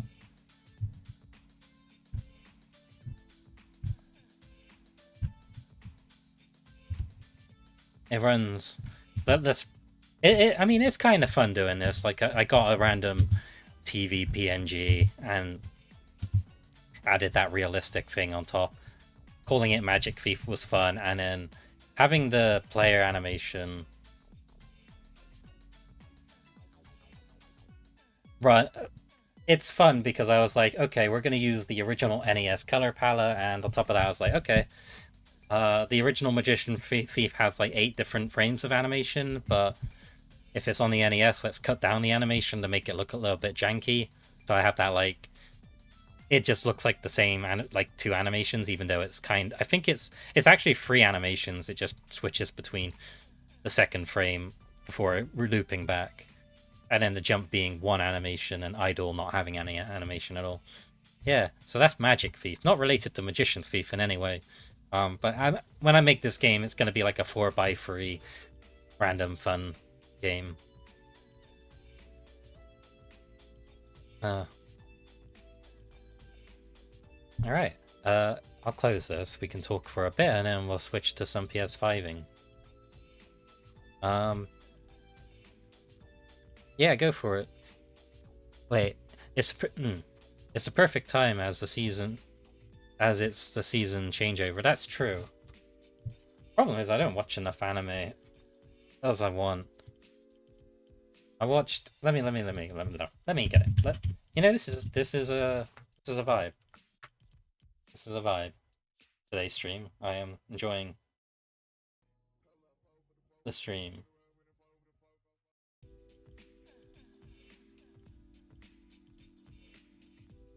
No, I'm not winning the lottery.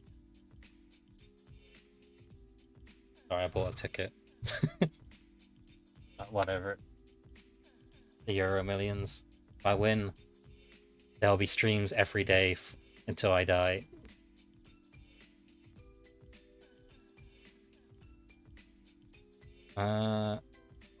Yeah, go for it. It's cool to hear about why someone thinks a specific anime is worthwhile. Sin Grey 2 is out. Cinderella Grey 2 is out in like a day. Man, yeah, that's pretty hype, to be honest. Yeah. Let me...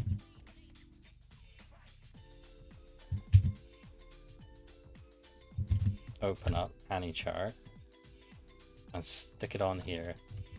There we go. Look, we got an anime stream going.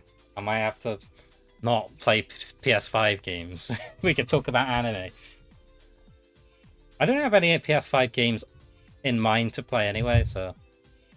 Another Ave Mujica, please. Me too. I mean, we're getting that, though, aren't we? We're getting a Ave Mujica My Go Season 3, essentially, which I'm excited for. Yeah, Cinderella Grey is really out in 2 days, huh? I'm excited for that. I live in a weird world where everyone likes Uma Musume now. That's surreal to me, personally. As someone who was, like, big into it before it blew up on the EN side.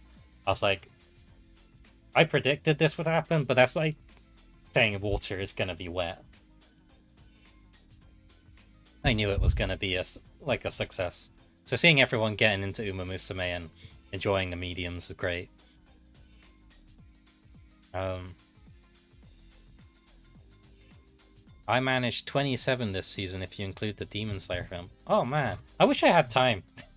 We could check Summer and see what I watched. I don't think I watched all... I never finished Dandadan Season 2, though I read a lot of the manga, so I already know what happens. No, I had like a few episodes left. I think I should do that. Gachia Kuta, I hear, is pretty good. That's the big Bones anime everyone's excited for.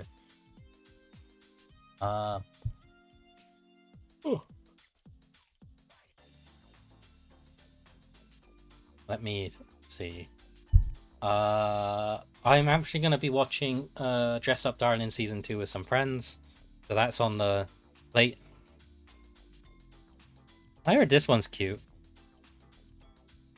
I think a delinquent and a fluffy girl. That's all I got from the trailer. And I think the one chapter of the manga I read.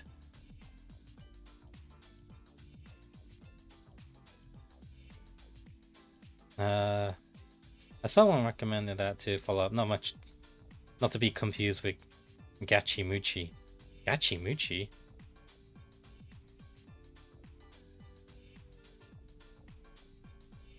The Fragment of Flow is a fruit sojo. Highly recommend. Honestly, it says Cloverworks, and I like Cloverworks. It's weird they got two things airing. Like, they got Dress Up Darling. Oh, great. Sorry. I thought that was like a term, a type of sojo, and I just went with it. Bocchi the Rock Season 2.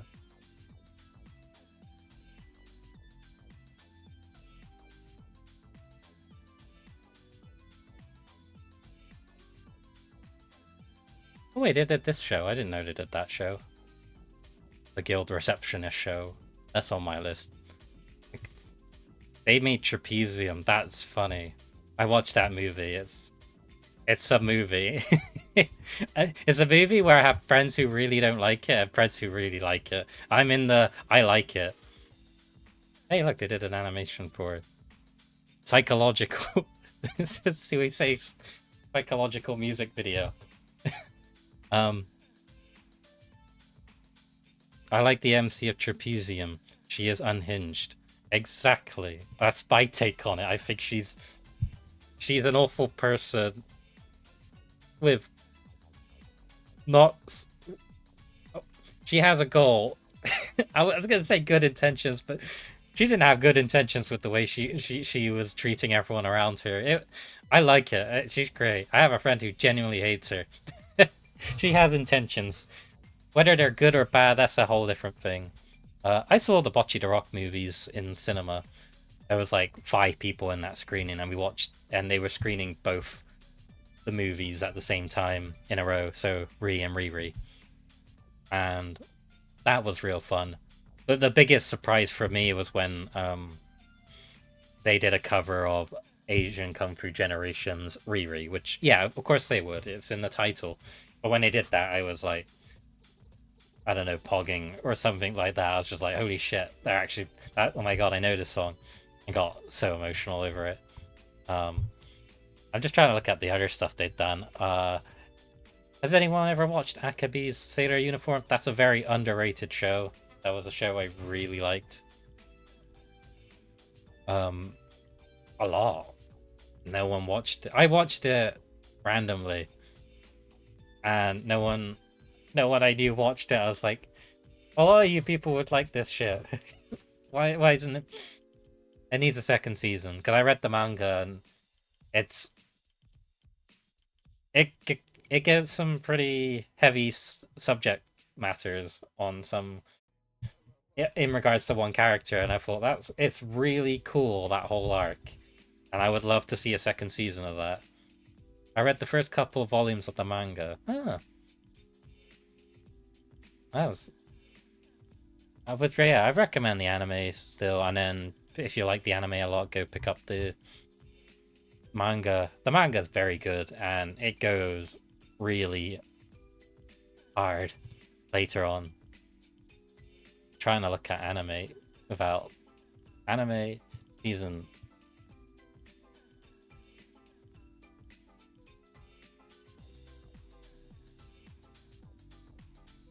Wait a second.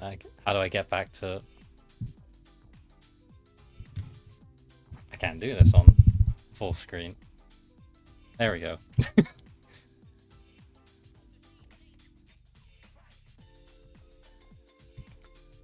I'm only having it on a private tab because the other tab it's got my streaming stuff and everything on there.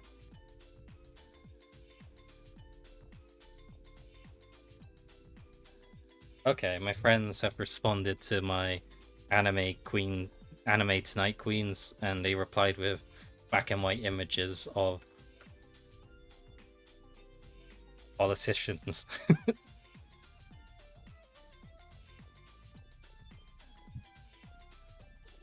Yeah, I'd say like somehow I didn't quite get hooked though, but the setting is nice.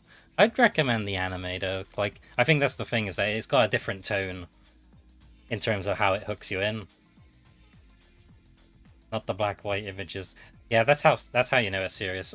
That's either telling me they're not watching it, but I'm pretty sure that means they are, because we like to meme each other. Kaiju number 8. I want to check this one out. The night Hikaru died. It's just like, yeah, that's why. I was like, why can't I? Yeah, the summer Hikaru died, not the night. Where's the Yas Queen? Yeah, I'm hoping for that. Night Hikaru died. I don't know. Horror in anime is always a weird one, because I never really get scared by anime horror. Not that I can think of on top of my head, and I hear that one's pretty good. Let's see. I need to see Call of the Night Season 1. That's on my list. Oh, a show I watched last season fairly recently was Apocalypse Hotel. Just because everyone I knew was telling me to go watch it. And that was really good. I didn't know. I went into it blind, and I still came out of it blind. Apocalypse Hotel has a really cute opening, an interesting setting and theme, and a wholly original story that you don't really see that often. Well, I guess there's a less of an original story and more of an original anime that you don't get much of these days. And each episode was a joy. It was a nice, warm hug type of show. Was the hotel the robot one? Yeah, that's the one. It's kind of like a post-apocalyptic setting where the hotel is managed by robots. And that particular, like... It's like, you know, the setting of, like, Nier Automata, almost. Except without the war. It's just like, they're just doing their job.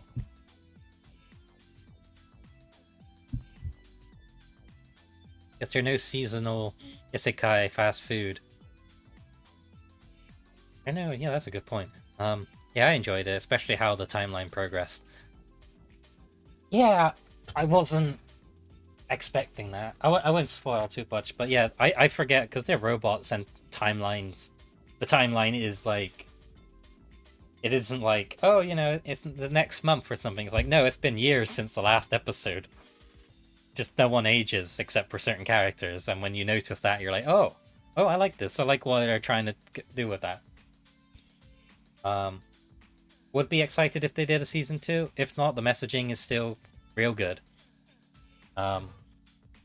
It's a feel-good anime, and every episode was very episodic. It's a very episodic show. Really liked it.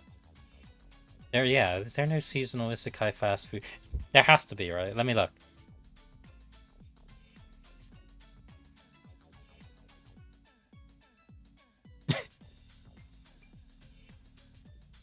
Sometimes one season is enough when it finishes in a good place. Yeah, I think with Apocalypse Hotel, for me, I will take either or. Where it's like, if there is no second season, that's fine. But it's built in a way that's like I'm talking like a game design. But it's like structured in a way that, like, if they did a second season, it'd be more of the same almost. I'd be very curious. I was reincarnated.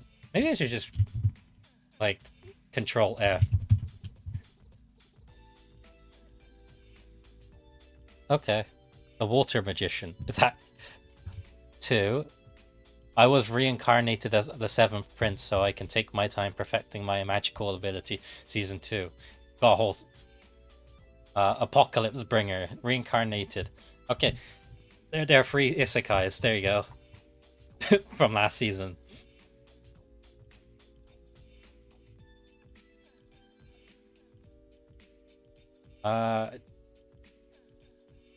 Geology anime.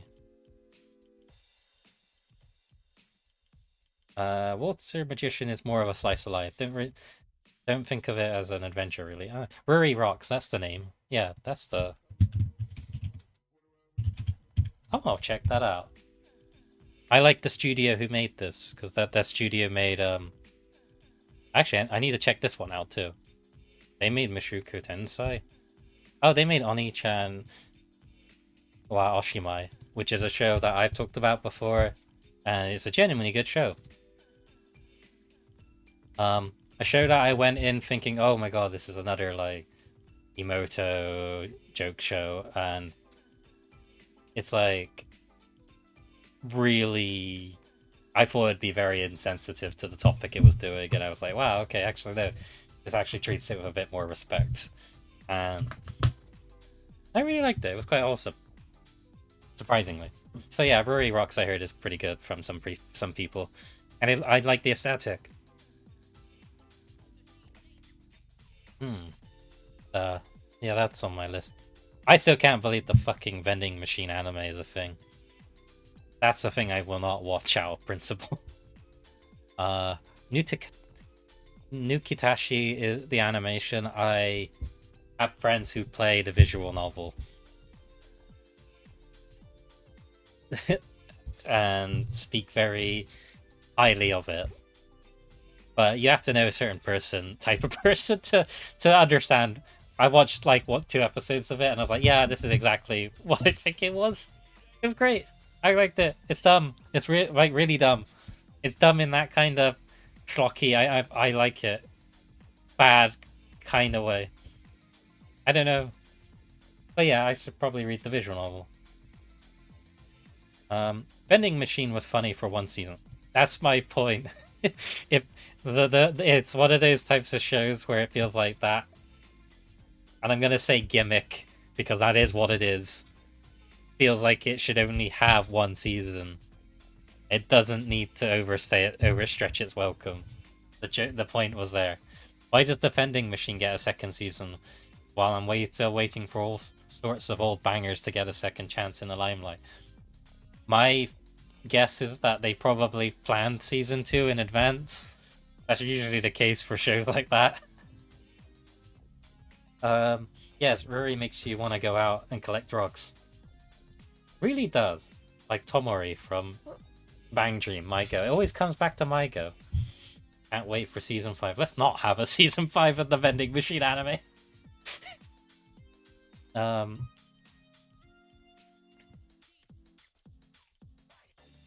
I need to finish City. I really liked what I watched this City. I watched a few episodes of Panty and Stocking, but I was like, I'm more baffled by it as opposed to like, I was never a big Panty and Stocky fan anyway. Like I checked it and I was like, yeah, this is fun. But watching this new one, I was like, this feels like a second.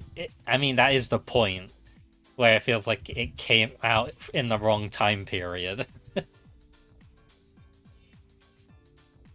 And that I've heard no one talk about it at all.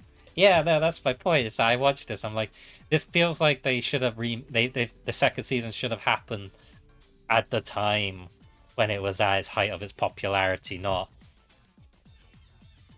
10 or so years later. Has it been that long? I can't remember how long it was. I saw a bunch of talk of it on Twitter and ads around Japan, but I don't really get it. It's a very particular type of humor, and unfortunately, it's not for me. That was my take with the original Panty and Stocking. Don't make yourself feel old. Trust me, I am very aware of how old I am now.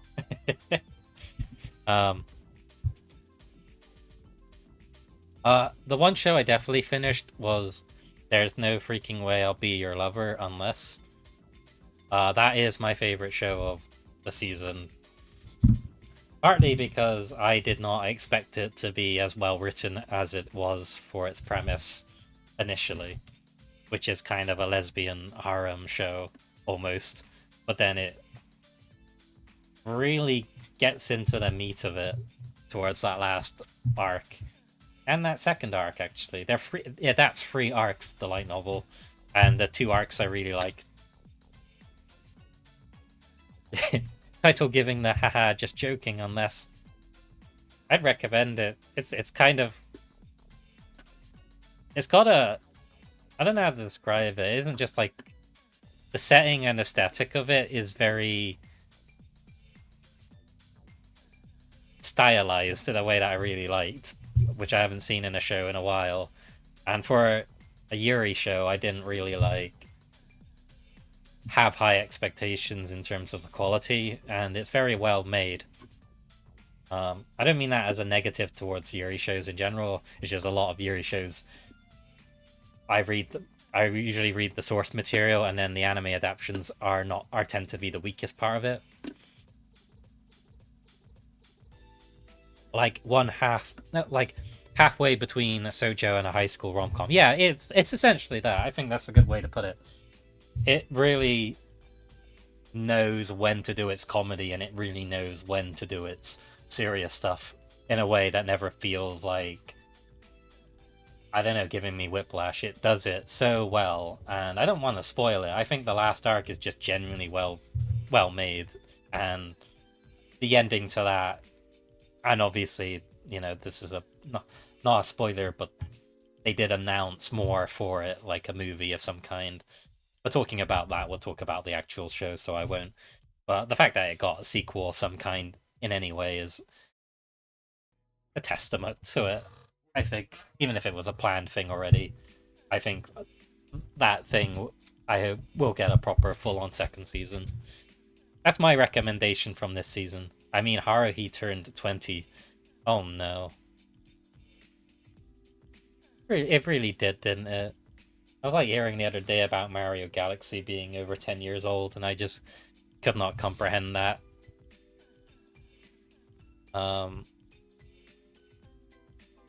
Yeah, let's jump into next season and talk about that for a bit. I think I'll keep going for a bit.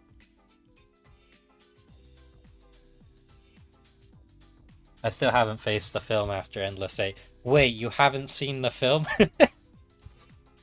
Oh my god.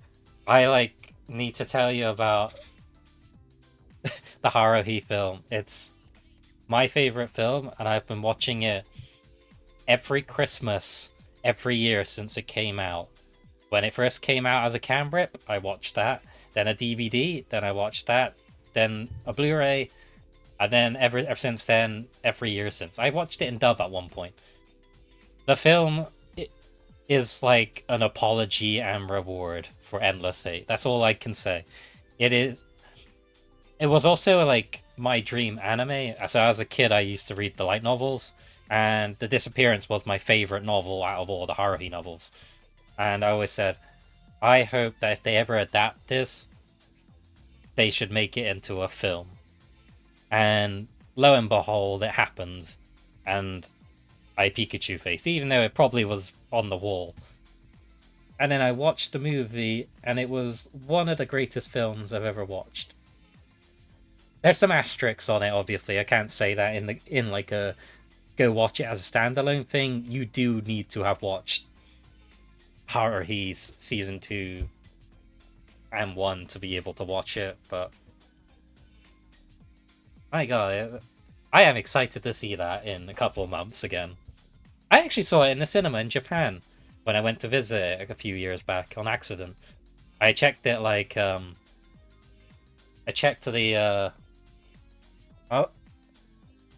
I went to Japan when the Dragon Ball Super Broly movie came out, and I went to a cinema to watch that.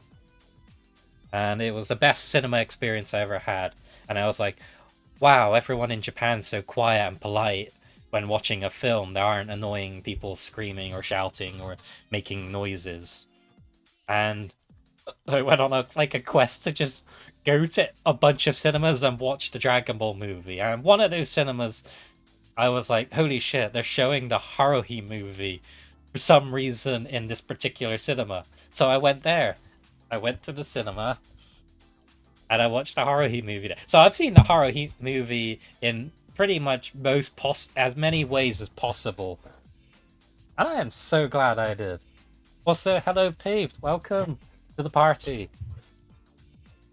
Film at home, film in Japan. The only thing I'd say is I don't think I've seen the Haruhi movie in a UK cinema because they didn't screen it here. And they probably did at some point, but I was too busy with life.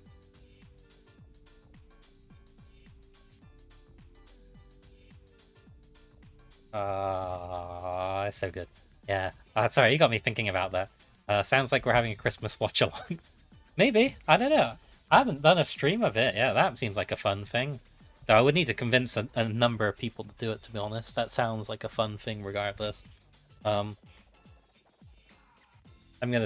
going next week. Was tempted to see Chainsaw Man, but I only... I want to see the Chainsaw Man movie, but... no time or place that's screening it here. I mean, I could check, but I'll be doxing myself.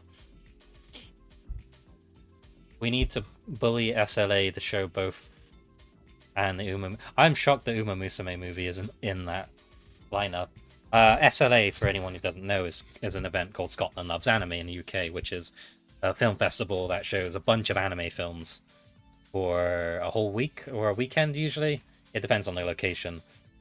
I wanted to go, but I looked at the list of films and none of them interest me. And the one that did interest me, yeah, Scotland Loves Anime now in London as well. That's a thing. I found out recently too. The Chainsaw Man movie is showing at Scotland Loves Anime, but it's only in the Glasgow screening, I think.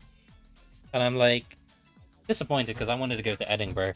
Because a lot of my friends are going to be there, but I'm not going this year.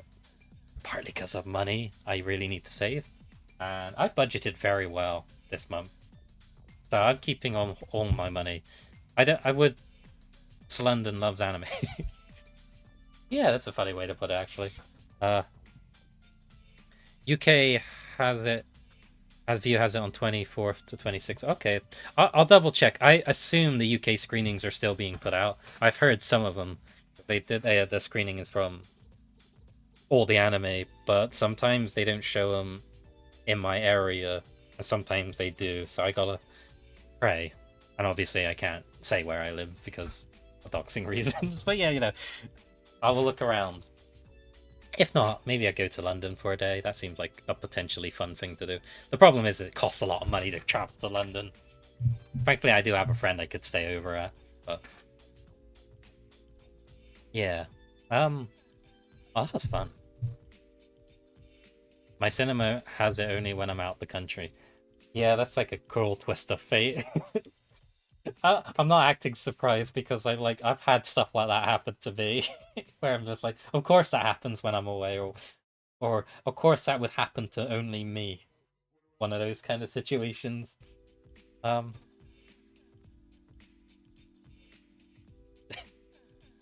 about the cards on the. Surely it won't hurt to share your whole address. While you're at it, what are your numbers on the back of your credit card? Well, thing is, I do have a credit card. Quite proud of it. But I'm not gonna tell people because that thing's in. It's a very expensive credit card. It's my literal experience with the Addo tour this. I wanted to go to the Addo tour, to be honest. Did not work out. Again, money. That tends to be the big problem. I don't live like my sister. That's not a jab at her. I'm just saying that I am envious of her life sometimes. That she gets to do what she wants, even though she does stress out a lot more than she needs to. And she should. Because she got loving fans who keep telling her, calm the fuck down. And chill sometimes. I haven't spoken to her in a while. Let me send a funny message. See if she actually responds. Because she's... Obviously, we're in different time zones now, but yeah. If I haven't... When did I last message her? Oh, right. What was that? 2 weeks? Wait. September 24th. They announced a remake of Dynasty Warriors. That was it. And she replied, "Oh my god, a classic!" Because we played that. That was Dynasty Warriors 3 Complete Edition Remastered. I think it was Dynasty Warriors 4 that I played, but I'm pretty sure we played 3.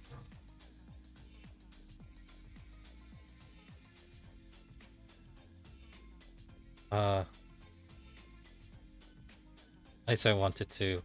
She was where I live, but I was in Japan that whole time. Communication left for the most essential of messages. Well, I don't want to bother her. And to be honest, I don't want to be bothered either. So that's pretty much it. So that's pretty much... Unless there's like something fun, like an anime announcement or something, I'm usually like, hey, look, anime. That's it. And if she comes to visit, she does the impromptu. I'm gonna be down tomorrow. And I'm like, dude, you're supposed to like give me like 2 weeks notice so I can book time off if I have to. Because she makes it very difficult to arrange time. So I'm just like, nah, I'm not doing this. Sometimes. It's the same with my sister. That's why it's like to have siblings, to be honest. There's something really more essential than anime. That's true. That's true. Oh, hey, it's 7 o'clock. We got like an hour still before I do anything with my friends. So, yeah, let's check out this. I took the full anime season, which is da, da, da, da, Is that the most trending thing in this everything I've seen about that trailer has been the trailers I've seen of One Punch Man is not been reassuring. Though I felt bad. I remember seeing online that the director of this had to go on Twitter and be like, "Oh, and give a backstory about what he's done and what he's worked on." And I'm just like, "Oh my god, are people just like that mad?" Like, sure, I'm sure One Punch Man isn't gonna be like the Madhouse production that was season 1, because what would it? I mean, it says here JC staff, right? And I'm just like, okay, I can move on. I can move on with my life. I I've been disappointed by anime before. Have you met weebs? You see, the thing is, I am a bit of a weeb. Most of my friends are too, but we're good people. I like to think, for the most part, if there's an anime we don't like, we aren't going to throw a fit online and harass people who worked on it. Because that's becoming more commonplace these days, I've noticed. And I'm like, man, what's wrong with people? The campfire cooking thing was a cozy manga. If the anime is similar, then it could be an easy watch if you want to turn off thinking for a bit. Which one's that? Campfire. Oh, campfire cooking in another world with my absurd skill season 2.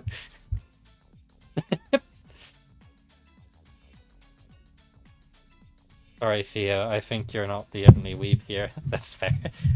That's fair.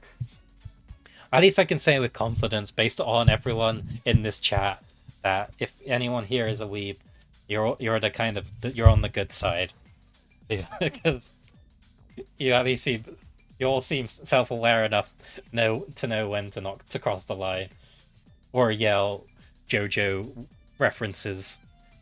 Sorry, I'm taking a jab at the fans that turned my sister off from JoJo, from ever watching JoJo. I think she's talked about that story before, about like she went to an anime club or something and there were fans making JoJo references and memes all the time.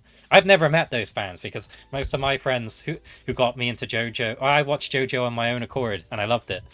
And most of my friends were not that. And I mean, it's okay if you want to be that type of JoJo fan. And I think it's like very funny that the reason my sister won't watch it is because she had a bad experience with people who kept memeing JoJo at every possible chance they got, right? You don't know that I'm not JoJo posing right here, right now. I don't know that for sure. I was gonna pose, but I'm just like, I'm too tired to even pose. Don't be mean to me. I'm not a bad weeb, you know. I promise. Slurp. Are you referencing something there? That's just such a funny image in my head. Someone just drinking a Slurpee or something.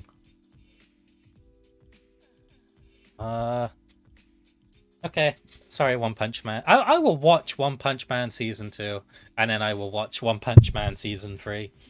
I'm not the biggest fan of that manga in general, but I want to know. I want to see it unfold before my eyes. Honestly, some JoJo fans go a little far, but I get how it's alienating. But man, the memes are fun. The memes are fun. I like the memes. I wasn't ever in like I'm the type of I think for me with JoJo, I'm trying to think what my experience is. My experience of bad fans were Naruto fans growing up. And I've had people tell me you should check out Naruto. As a Shonen Jump type of person, I do like my Shonen Jump. I do like my Dragon Ball. I do like my Hunter x Hunter, and I like my JoJo's. I don't think I'll watch Naruto. Maybe I'll read it if I ever get time to read anything. But like, you know, you're always gonna have that one particular fan base that you were exposed to that make you go, "Oh, I don't want to give it a try." I have like a friend who really probably would like Dandadan, but doesn't like Dandadan because he says he can't handle the fan base. And I'm like, yeah, that's fair. I'm not going to force anyone to watch something if they're uncomfortable with it. Um, yeah, season 2 kind of dropped off. Like, I only had one gimmick. That's my problem with One Punch Man versus something like Mob Psycho, which obviously both were written by the same guy. Is that One Punch Man, for me, the focus should always just be Saitama and being the jokes, but it has like this whole world building aspect to it that some people really like and some people don't like. I'm in the boat that's like, I don't particularly care as much because when there's like an actual like big threat happening, I already know how that storyline's gonna play out based on the name of the show and the title of the manga. I think I'll watch out like morbid curiosity, but also yeah, the budget obviously isn't what it is because it's not Madhouse, and I don't know if budget's the right word. It's like it's got a different animation studio. The animation's not going to be the same as it was, but and people had high expectations for what they got from season 1. So I'm curious to see how season 3 turns out. As someone who's like looking from a faraway distance, if that makes sense. I had a friend pester me about watching Bleach. At the time, 300 odd episodes seemed completely batshit. I remember getting Naruto episodes on CDs from friends. Man, I feel, oh man, that's great.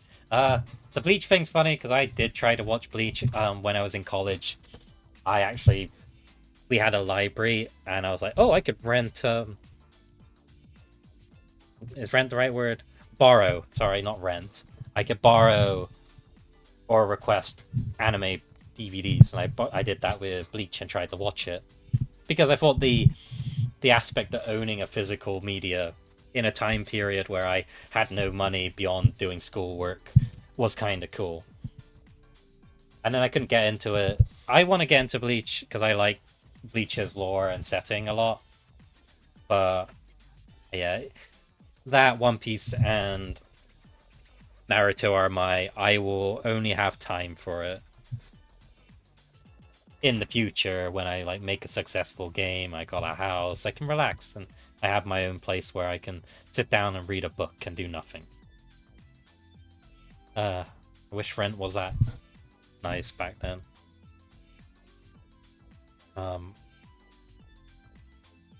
Naruto episodes on CDs. I used to watch Full Metal Alchemist episodes. I would download them and play them on Real Player, full screen on my CRT 4x3 monitor. Those were the days. Bleach is pretty fun, but man, do they drag things out. Truly a DBZ type of anime. Yeah, definitely. Remember when YouTube had 10-minute limits, so each episode was in 3 parts? I fucking missed that. YouTube is fine. Nowadays, you can't do that. Now you have to watch things on... Well, I just download my anime. I mean, I download my anime through a service on an app that should probably pay its translators more and treat the people who make the subtitles for their work a lot better. What am I talking about? Sorry, download anime. Oh yeah, I do that. Yeah, it's completely legal. Well, I'm not gonna rant about that. I do miss like old school fan subs, you know, where they did their karaoke and they did their old timings, and a lot of the quality of subtitles were great. There's a whole thing going on about subtitles discourse online, from what I hear. But anyway, I'm sorry. I'm not trying to advocate for piracy. I'm saying you should go and download anime somewhere.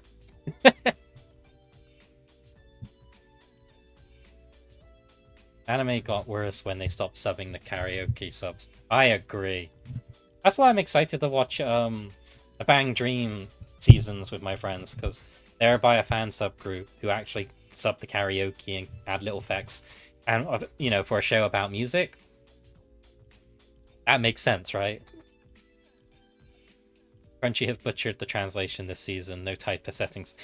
They've butchered a lot of things recently. This is kind of nuts. Fan subs were alright. Like, that's the thing I'll say is that at the least we can get subs for everything almost. Back then, it was like if a show wasn't picked up by a fan subgroup, chances are you weren't getting that translated for a long while. And yeah.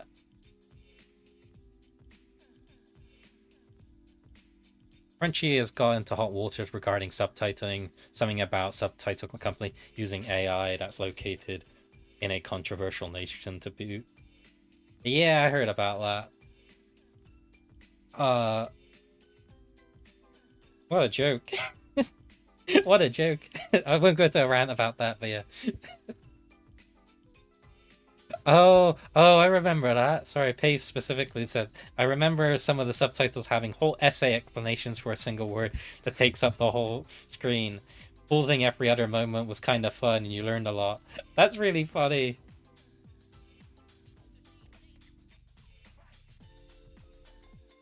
Yeah, I know, but I want to give money to studios so the animators at least get to eat in their 5 minutes hit breaks.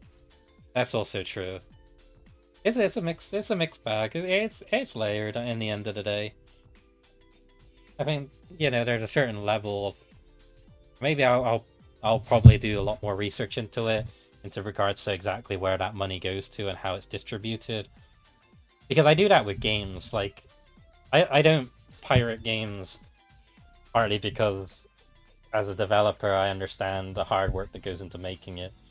And if the money is going towards yeah, it's tricky. I need to know where that money's going to. But most of it is because I'm poor at the moment, and that's why I have a modded Nintendo Switch for the big N games. That's all I'll say in regards to that. Because at least I know that will be that's a different situation, and that's a different example entirely. We're getting deep into talking about piracy here.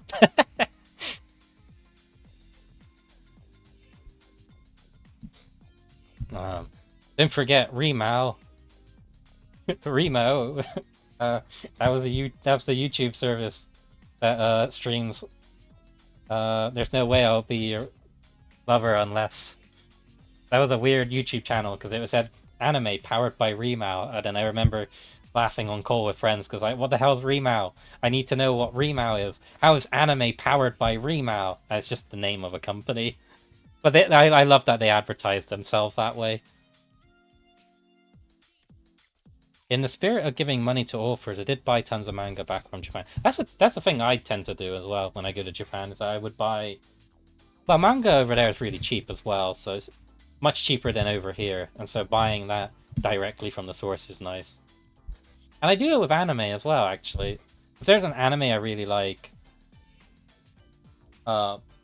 I would prefer if they had English subtitles, but...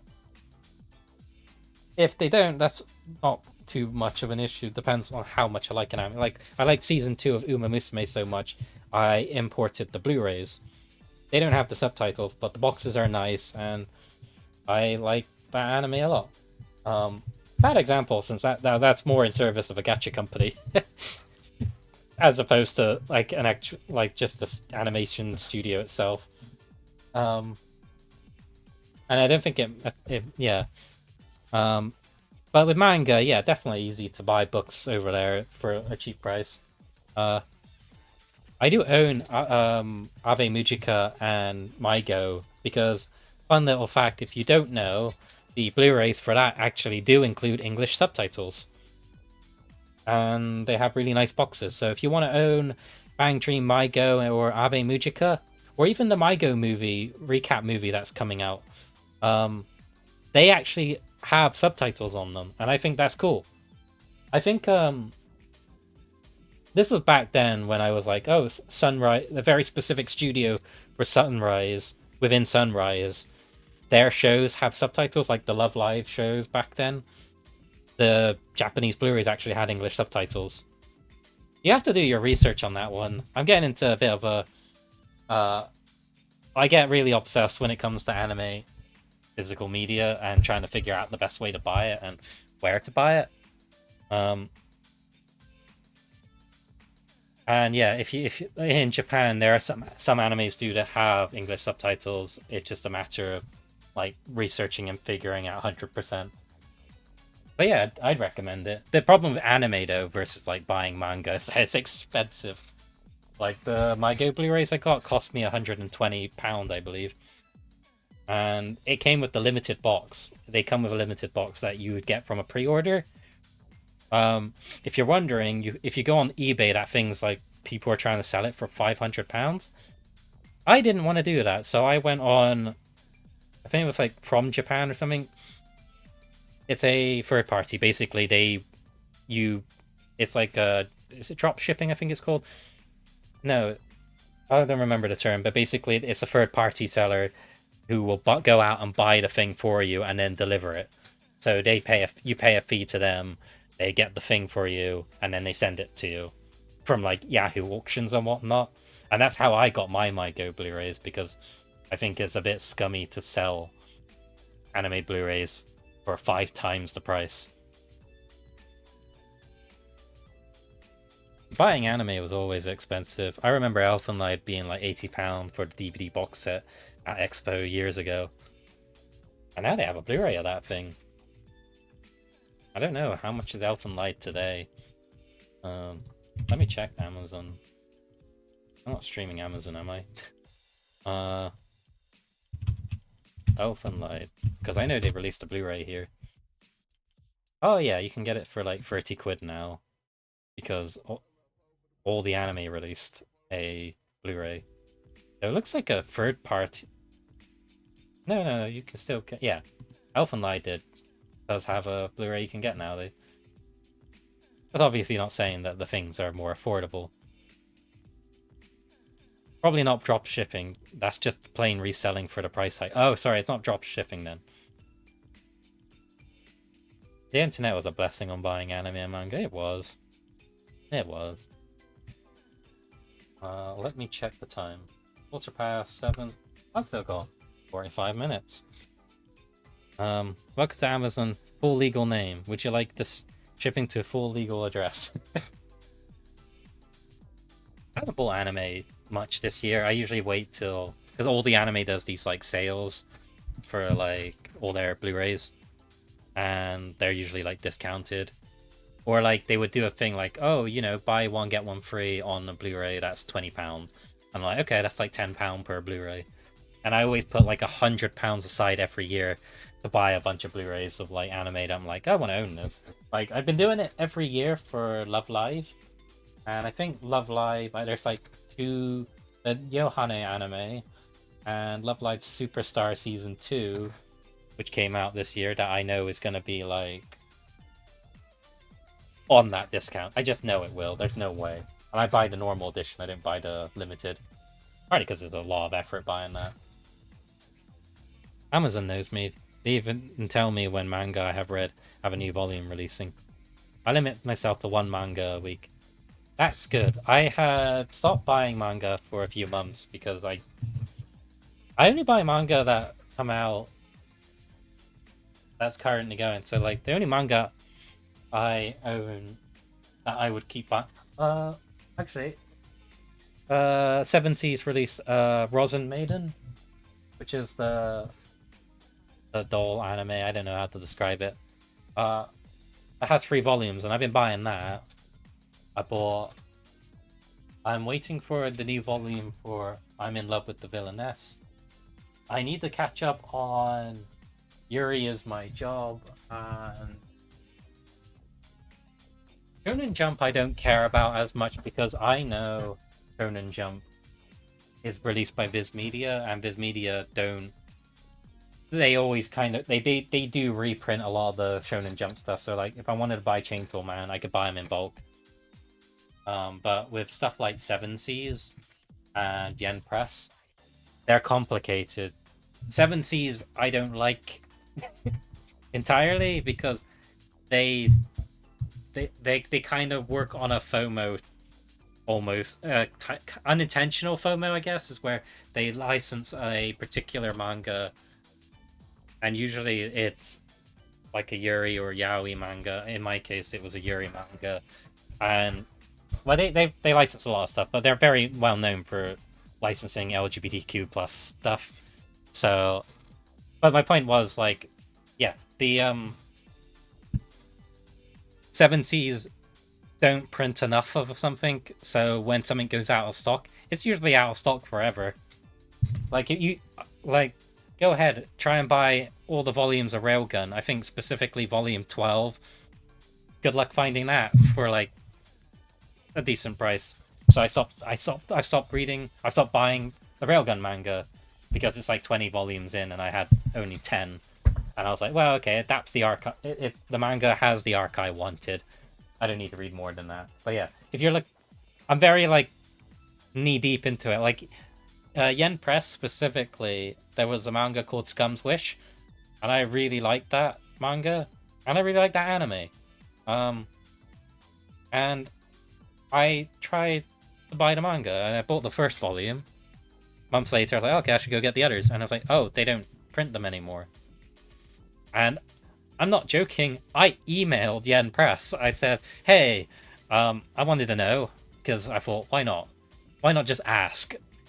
I have this with game developers as well. There's some games I'm like big fans of, and books I'm fans of. And I thought, I always wondered what happens if I just emailed this person. And to my surprise, people always get back to me. Probably because I'm very polite in my emails. I'm probably really good at writing emails. That's probably it. Anyway, I'm kind of ranting. I emailed Yen Press about reprinting Scum's Wish, and they said, "Oh, we're not reprinting that anytime soon, unless there's a bigger demand for it." And there is no demand for it, so I have to give up on that. Viz Media is kind of like the Enterprise on manga in terms of like, because they own Shonen Jump, all their stuff is always guaranteed to sell. So them reprinting stuff is pretty normal to me. So yeah, I'm not too concerned about like Chainsaw Man.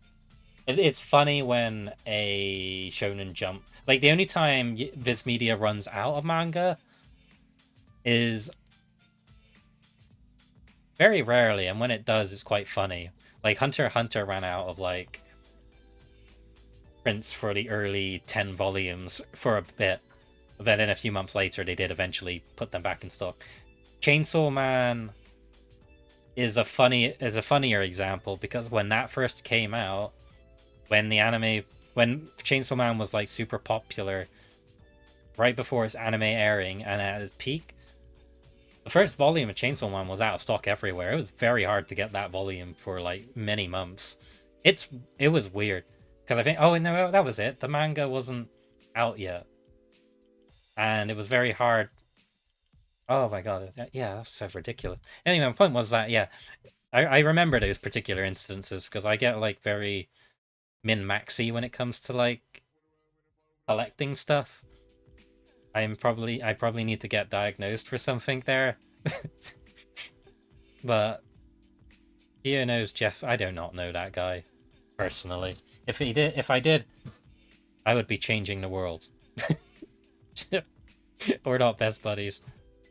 I've been reading the Call of the Night manga. I want to move onto that. Onto I'm a Spider. What's next? That's a good one. Call of the Night manga. There's that one I want to read. The artwork's really good. Sometimes you get lucky, and I think they have a spare volume or two. I think I had some in Australia before. Yeah, I used to do a thing where I actually did it last year, to be honest, and I stopped doing it because it was unhealthy, where I would eyeball eBay with very specific search conditions, like ENG, manga, UK, and someone would sometimes just sell their whole collection of a particular manga that was very rare to get. And I'm like, okay, I need to buy that whole collection, or else I'm never getting it again. And it worked. If you're eyeing a very particular thing, you will get it. unless it was very expensive and rare. Sorry, I'm trying to read through all the chat. I'm having fun. This is nice. I'm in love with the Villainess's Peak. It really is. The manga is genuinely some of the best Yuri media I've ever read. Yuri is My Job is also very good. You've heard me rant about this before. But Yuri is My Job is a bit kind of okay at the start, but it's what it sets up and how it executes on that is so good. I would probably say Yuri is My Job is the best written Yuri I've read in such a long time, manga specifically. I'm in love with the Villainess. I have listened to the audiobooks recently, and that stuff is solid, just genuinely really good. But also, I like the manga the most, so I'd recommend that if you're looking for it. We need to ask for a Poopa next. We don't. Can you even get that? Does Poopa even get? Did that shit ever get licensed? Not that someone should buy Poopa, because that was a fun meme with my friend. Type in Poopa anime. Don't type in Poopa because that's an actual insect. Manga. 5 volumes. That thing had 5 volumes. I wonder if that has it. Let's go to Amazon. Poopa manga. No, it got a release in French. Because the French, I've noticed, always get the good licenses. I've never forgiven the French for licensing Medica Box and we never got Medica Box over here.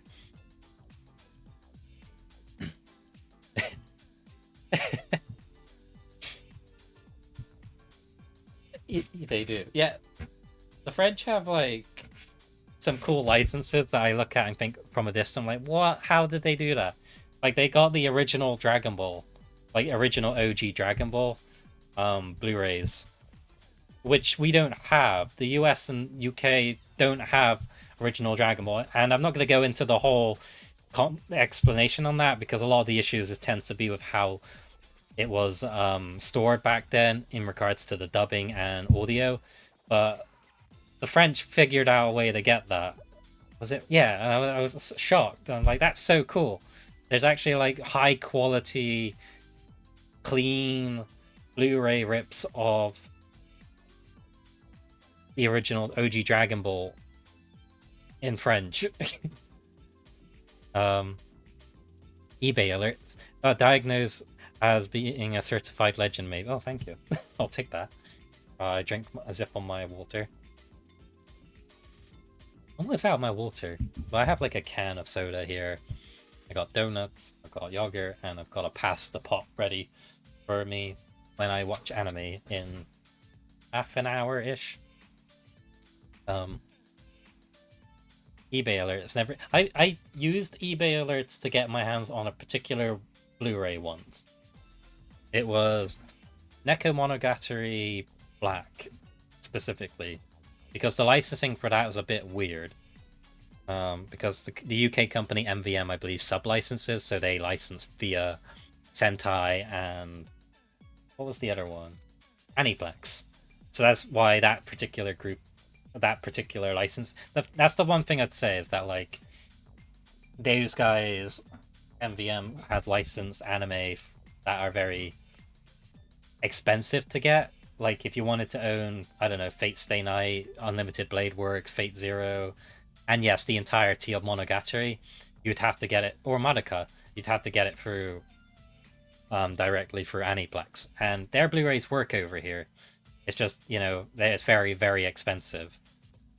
MVM just licenses the Blu-rays, so like the Monogatari Blu-rays you could get for £20 each as a singular Blu-ray that you can stick on the shelf.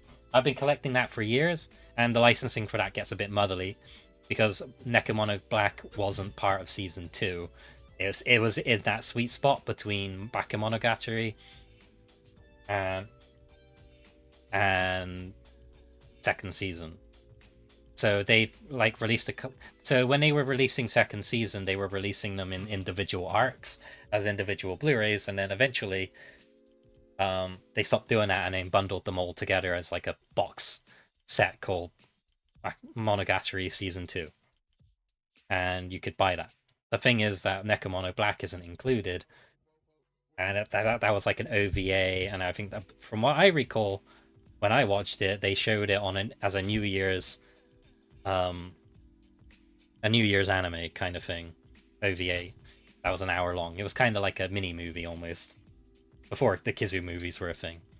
Um, so yeah, if you wanted to get your hands on that, it's very hard to. So at a certain point, I was eyeballing eBay because they couldn't get the relicense on that, from my understanding. And they did eventually do that. Not eBay, sorry. They didn't eventually re-release Echo Mono Black. They just literally couldn't license it again, from my understanding. But yeah, I eyeballed eBay until it came up, and that's when I used the eBay alerts the one time because I was like, I need this to finish this collection. And now I own all the Monogatari Blu-rays, so yay, yay me. Speaking of, let's check their deal of the week. The MVM has a website where they have like a deal of the week. Tenchi Muyo OVA collection, £10. Anyway, sorry, yeah, I'm getting into full-on min-maxing there about anime Blu-rays. I should not get into it. I've stopped myself from buying Blu-rays. I said if I need to, I can do it anytime. I've never watched Tenchi. I just remember seeing it growing up here and there on Toonami, I think. I have a friend who really, really likes Tenchi, but he's like 10 years older than me. He's my quote-unquote senpai, if you want to use a weeb analogy there, because I do look up to him a lot, and he helped me through a lot of hard times in university. He's also the one who told me to go to my first con, and convinced me to go to Japan. So I have a lot of respect for him. I love tangents. That's kind of my whole thing today, isn't it? I spent half the stream talking about game dev stuff, and now I'm here talking about anime. Let me join this. Yeah, there should be. That would be in Christmas time. Sorry, I'm thinking about the anime sale. That would be in Christmas time, so I should definitely have money put aside for that if I want. Let's check the anime list because we talked about One Punch Man and we diverged so off topic. I'd believed you if you said Yuri is my job and you weren't referencing media. Okay, you've heard me rant about Yuri a lot, and I've already said this before to people, just in case anyone does. No, I like reading a lot of like LGBT media because, especially Yuri, because I like Yuri has a lot of interesting stories that I find far more fascinating than the romance rom-com stuff that I grew up with. And obviously, I don't mean to say, oh, het stuff isn't fun to watch. Like, I'm watching Dress Up Darling next season, and I'm gonna watch that other show that was recommended earlier. So, but you need to like hit me with a good reason to give something a try. And Yuri's just fun. I just have a good time, and I have various friends who are. Oh, sorry, I burped. Did I just burp through the mic there? That was bad. Apologize. That's weird. Yuri is good. I just have to agree. That's it, really. I don't need to defend myself or say anything like, oh, I'm reading this. I like gay shit. That's basically what I'm saying. I'm fine with everything. Like, I don't know. My taste in anime is very all over the place. I know I have notoriously mixed taste at times where I have really good taste in some things and really bad taste in others. Like, I will watch isekai trash occasionally. Like, not saying that all isekai is bad. I just say there's sometimes I'll read a description or synopsis for something that's so bad and is rated really bad, and I'm like, I need to see this, and then I have a good time with it, and I'm like, I don't know who I can tell, who I can convince or admit that I want to see this kind of thing. That's me. That's me in a nutshell. Let's see. Spy Family Season 3. Yeah, but sometimes games you eat junk food too. It's the same thing for us. You have to tell us. That's true. Yeah, that is a good analogy to be honest. That like, you know, the junk food analogy, like eating McDonald's or something. Sometimes it's very tasty and sometimes you get sick of it. It's kind of that you need it occasionally. It's the same with me with horror movies. I was talking about I found out like recently that my brother and we're very similar in terms of like our taste in media. He leans more into Western animation though, like he's very involved in that kind of industry in a way. Whereas not. I'm a game dev, so but our creative like processes line up in a way that we kind of respect each other in what we do. And I found out like he doesn't like horror movies, even though I love horror movies. I was like going off about this one movie I watched that I really liked. It was called Psycho: The Large Family. It's a mockumentary about a Japanese family, a huge Japanese family, and it's framed like a terrible BBC style documentary. But it's so on point in a way that whoever they got for the English woman to do the documentary in quotations nails it. There's some fucked up shit happens in that film, and it's played completely straight. And it's not until you realize that movie, it gets really fucking creepy in a way that when you start noticing things in the background, and I'd say go watch it blind. It's on YouTube. But it's creepier after watching it. It's creepy watching it, but it's even creepier watching it after. Because it's nothing like that jumps out or scares you, but it's very structured in a way that you don't really know what's fully going on until you think about it. It does a very good job at doing that. And when you realize what's actually going on, it's rewarding. It's like an ARG almost. You kind of like, you watch this thing and then you're like going on the internet to try and figure out through the bits and pieces what's actually going on behind the scenes or what's happening. They unfortunately, I say unfortunately, they did make a sequel, which is a prequel to what happens before that, the events of that movie. And it's also done in a documentary, but it's like a Japanese documentary. The problem with that is it tells too much and it's too on the nose and you know exactly what's going on in a way that's like, it ruins it. It doesn't take away from the film that I watch. Psycho: The Large Family. Give that a watch. My recommendation. Do you like B horror movies? I love them. I love horror movies. I didn't get into horror movies until like 5 years-ish ago. I used to be like my brother where I was like scared. Anyway, I was telling him about this story, sorry, and I was like, yeah, we should go watch it. And he said, no, I don't want to watch it.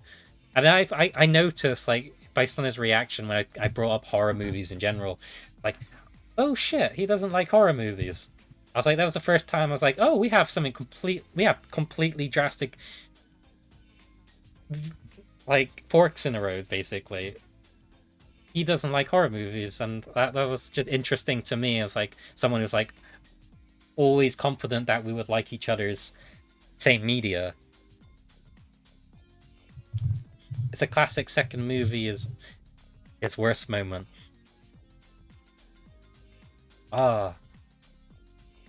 Yeah. God. Sorry, that made me think about that. Yeah, my love of horror movies didn't come until like 5 years ago, because I used to be like my brother. I used to hate horror movies.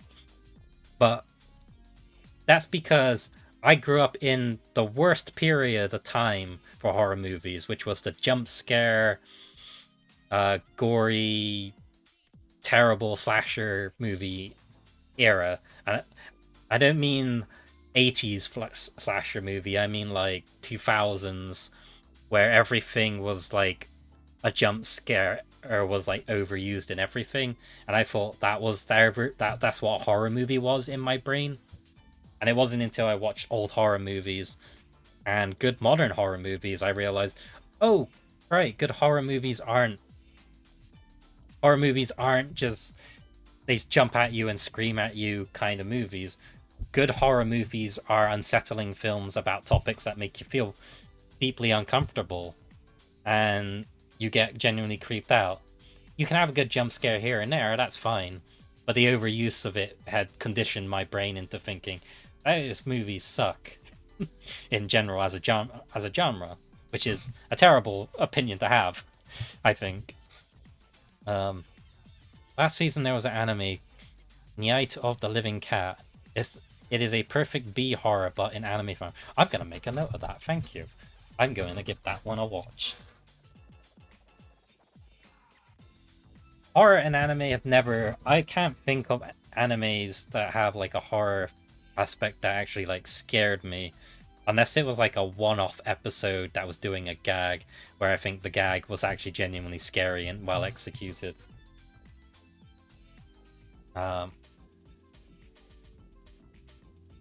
Because my vision, my the poster child when someone says, for me, when someone says horror anime, the poster child for me is always pointing at the show Another. Everyone knows that show, right? It's a famous schlocky horror movie anime about it's like a Final Destination-esque plot basically. And it wasn't scary, it was the funniest thing I ever watched. Cherry pies for everyone. Yeah, literally that. That to me was. I'm gonna do like proper like. Actually, no, I take it back. There is one horror thing I like. My favorite one of my favorite anime films is Perfect Blue, and I only watched that like I don't know 3 years ago, and I went into it blind. I didn't know what it was about. I thought it was just kind of a Satoshi Kon idol anime thing. And yes, it's weird, right? That if you were to look it up or Google it for 5 seconds, you would have noticed signs. I was blessed by not looking that up because I was like, oh, I like Satoshi Kon's films. I'm gonna go for all of them. And yeah, I downloaded. I mean, I actually do I do physically own Perfect Blue. I should clarify that. But I did. I went and watched it, and it was. That is a good horror, and I've never seen anything like it before or since. Did you know Perfect Blue is getting a remastered cinema release in this month in the UK? Yes, I do. It's getting a 4K release, isn't it? I'm very tempted to go see it. And I'm going to assume they're going to release a 4K Blu-ray of that. Or maybe there is one, I don't know. Let me double check that. Perfect Blue 4K. Because they wouldn't be doing the screening for... Oh, no, you can. Oh, it's listed on all the anime. Perfect Blue 4K Ultra HD Blu-ray Deluxe Edition. £50. From 5 PM on the 9th of October to the 16th of October, get an early bird price. Holy shit. I'm just gonna ask my dad to get me that for Christmas. There we go. Christmas is sorted.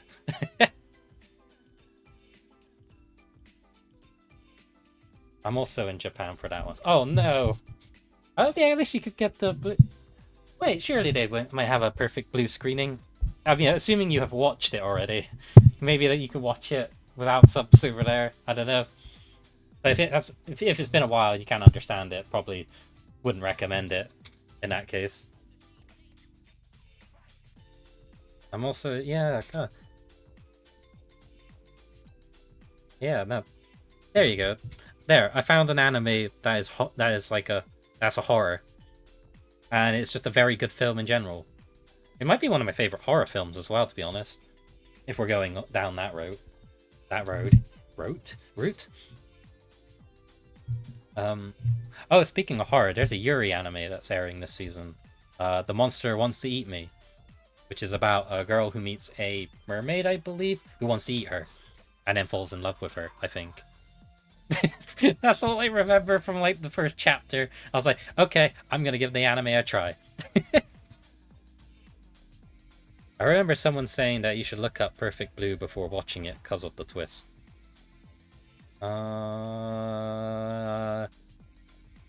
You should never. I don't know. I don't know. I don't know how to recommend someone approaching that because I feel like I'm in the very small minority of people or anime fans who didn't know anything about it. And I feel very fortunate as a result to have done that.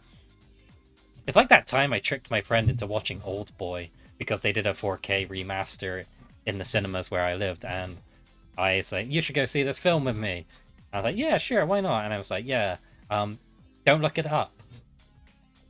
And I remember the twist in Old Boy, which we won't talk about here for anyone who hasn't seen it. And I remember staring at the screen and not reacting, but I could see in the corner of the corner of my eye, my friend who kept looking at the screen and looking back at me like a "What the fuck is wrong with you?" moment. It was worth it.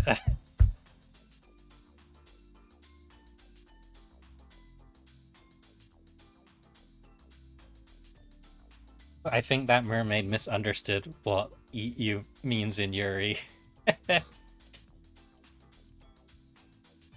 Well, it makes some terrible jokes about eating out, but like, let's move out. Let's move on. Yeah, the first episode there. I'll watch it with my friends actually, and see how where that goes. Um, I started talking about Spy X Family and then changed the topic like 5 times. I'm excited for that. That's my comfort show. I know people have various degrees of opinions on that series, but for me, I do not care about the plot of that show. It is a show that I like watching on a Sunday morning when I'd cook some sausages and have some breakfast. One of those. Oh, I used to have bacon sandwiches. That sounds nice. I think we tangented your tangent. I mean, I guess most people here who follow my sister probably knows to expect that from me. If based on what I know of her and her tangents, because I remember she streamed Deltarune once, and I was like, I should clarify, I'm not like mad as in I'm like, angry and disappointed in her. I was just getting mad because I was wanting her to play the game, and she would stop every 5 minutes to go off or something, and then even occasionally trauma dumping away. I was like, yo, this isn't the time for that. Like, yo, dude. You know what? You can trauma dump all you want. That's fine. I should clarify that. I remember saying that out loud, being my reaction and thinking, oh my god. Because I'm the one who convinced her to play it. I was like, you should stream this. I want to see you play it. And she was like, yeah, sure, why not? I don't know if she's played it since or then. Because I think when she moved, I was like, I think she stopped playing it. But yeah, sorry, yeah, it is a family trait. Anyway, let's roll back to Spy Family. Spy Family is cute and fun. A family treat it is. It is. And I am looking forward to having my Sundays blessed with turning that on. I think it's a Saturday it's on.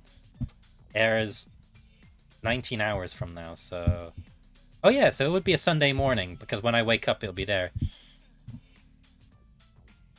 You gotta pad out those watch hours somehow when you stream that much. That's true.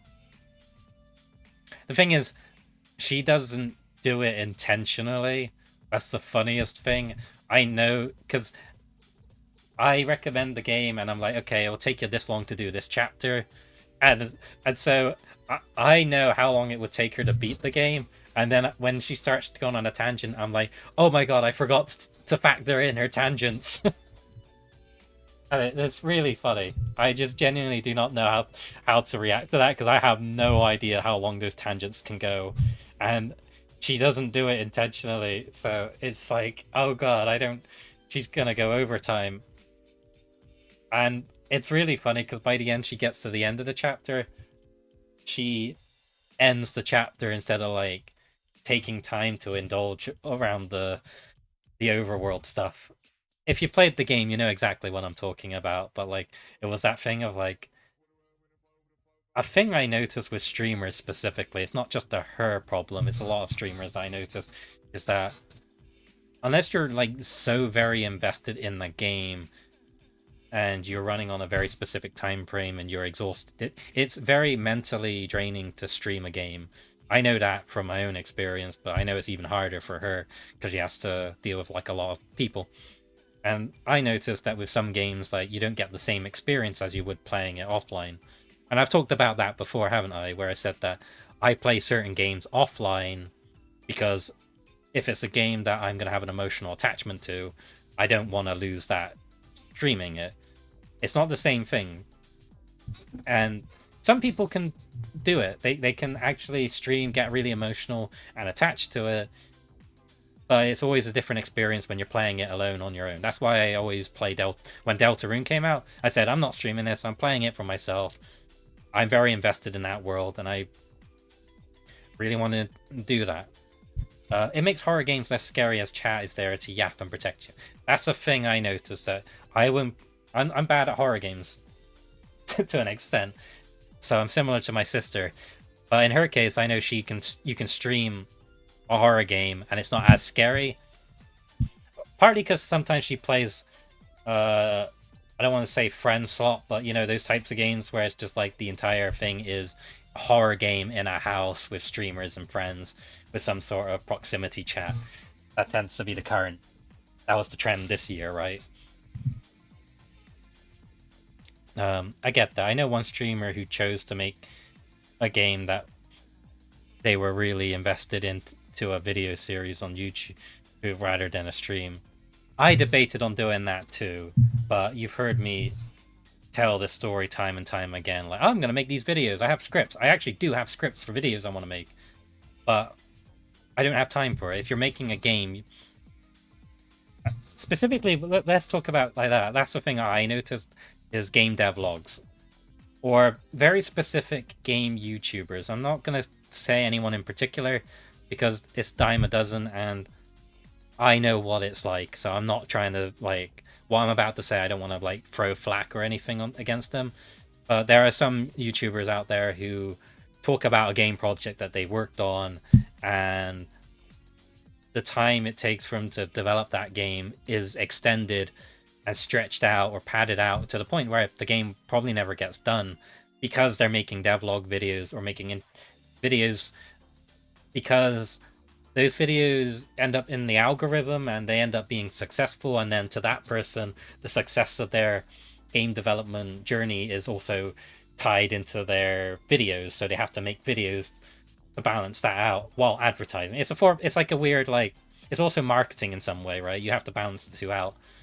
And I don't want to fall into that trapping where I talk about a game I really want to make and then I don't make it. I rather do the occasional stream where I talk about a game I really like, and then I come back to it a few months later, being like, I've made some progress. I want to show them off.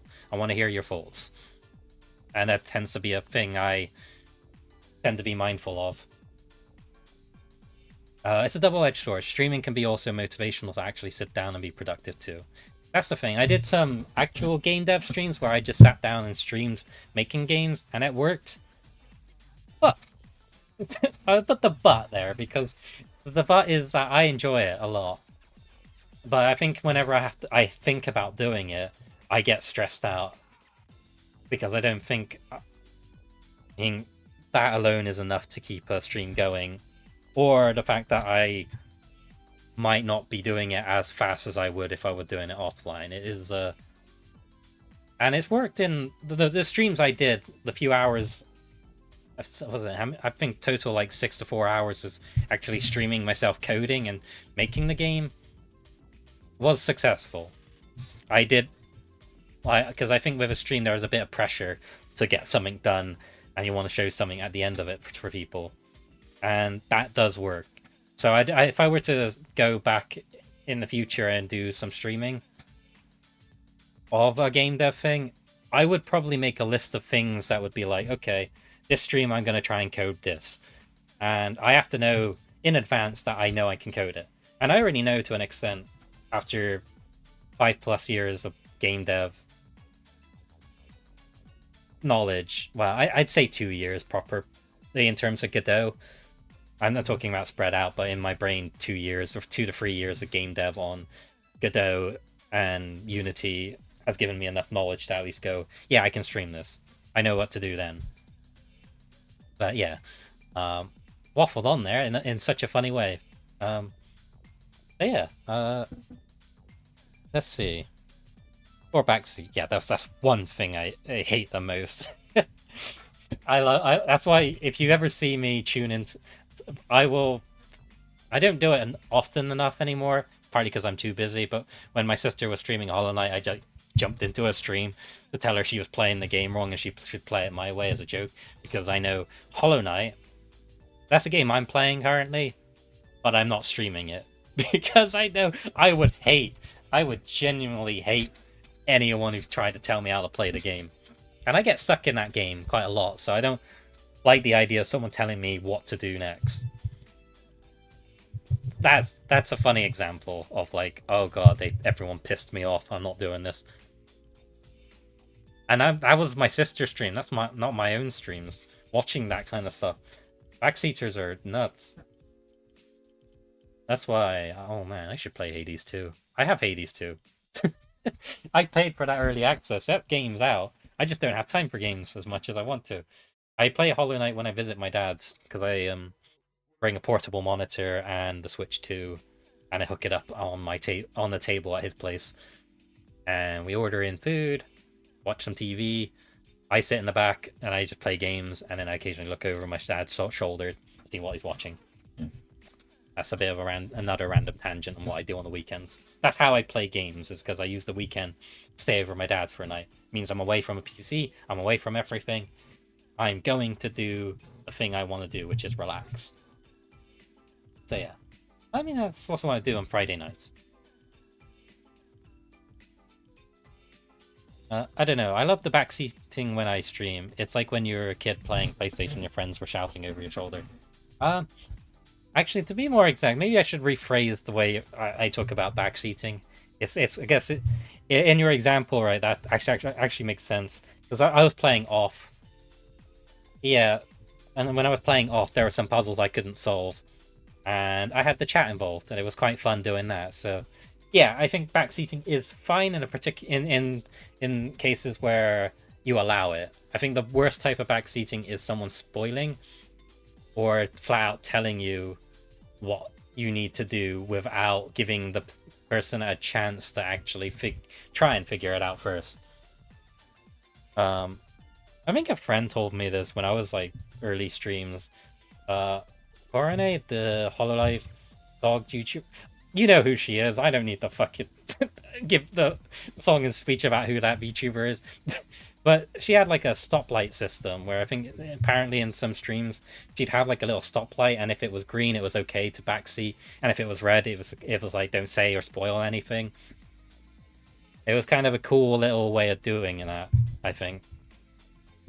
I do remember, like in the case of my sister, she played Undertale, and she was in the Flowey fight in the pacifist route specifically. The true ending thing. And right before a certain thing was about to happen, someone in chat was just screaming and yelling in caps lock what was about to happen. And I remember her banning that person and getting real mad about it. I was livid when that happened.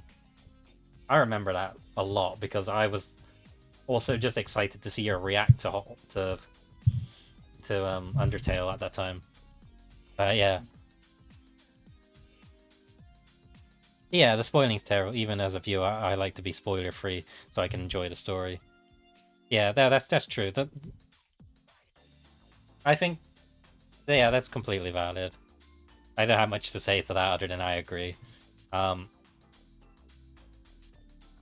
There's certain balance. Some gameplay should be discovered and not revealed by chat.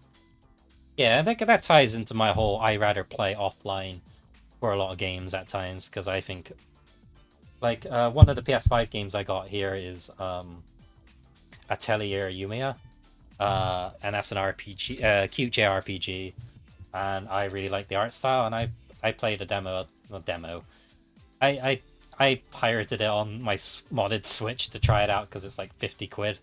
And it was terrible on the Switch, but I love the look and aesthetic of the game, so I actually bought it on PS5.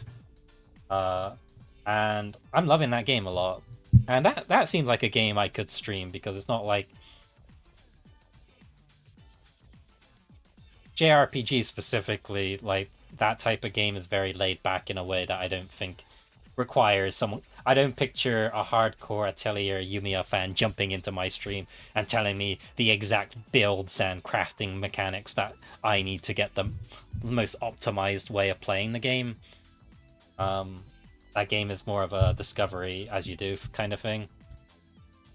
But yeah, surely no one here has heard of Hollow. That's true. I've not heard of Hololive before. I hear streaming Undertale's channel. It really is. That's why I don't do it. If I were to do a stream, it'd probably be doing a Sans fight, because I feel like, you know, doing Pizza Tower, P ranking that, and killing Tree Sentinel, which I need to do again, by the way. Killing Tree Sentinel with no level up or anything like that, because my sister did it on a stream, and I did it pretty fast, much faster than her. Yeah, I'm gonna hold that against her when I see her. I think she was proud of me that I did it, but yeah, that was I remember when I played Elden Ring and I saw that, and I was like, I'm just gonna play the game normally. And I said that out loud, and then I remember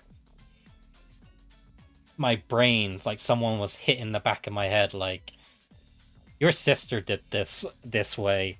Everyone's probably expecting you to do it this way. I'm like, fuck, okay, fine, I'll do it. It wasn't that bad. But I need to do it again for the PS5, because if I'm gonna stream that again, I gotta get back to the point where I was before. Which is not so far. It was beating Margit. Asshole. I almost said a bad word. I said that, well, I was gonna say twat, but that's, I don't know. Whatever. I'm going off on a tangent here. The stream is about to end though, because I think I gotta go have dinner and I gotta go watch anime. We talked about 2 shows from this season, but let's do a lightning round, shall we? Let me just read the last little bit. Chat. If I were the streamer, I wouldn't mind advice on how to play better in terms of mechanics or strategy. The story, secrets, or exactly why this and that could be left to be discovered. That's true. I think Hades specifically is a good example of that game, where I like that game a lot. And actually, no, that's a bad example. I'm trying to think of a game where I'd be like, I'm cool if someone told me a bit more ways to tackle things.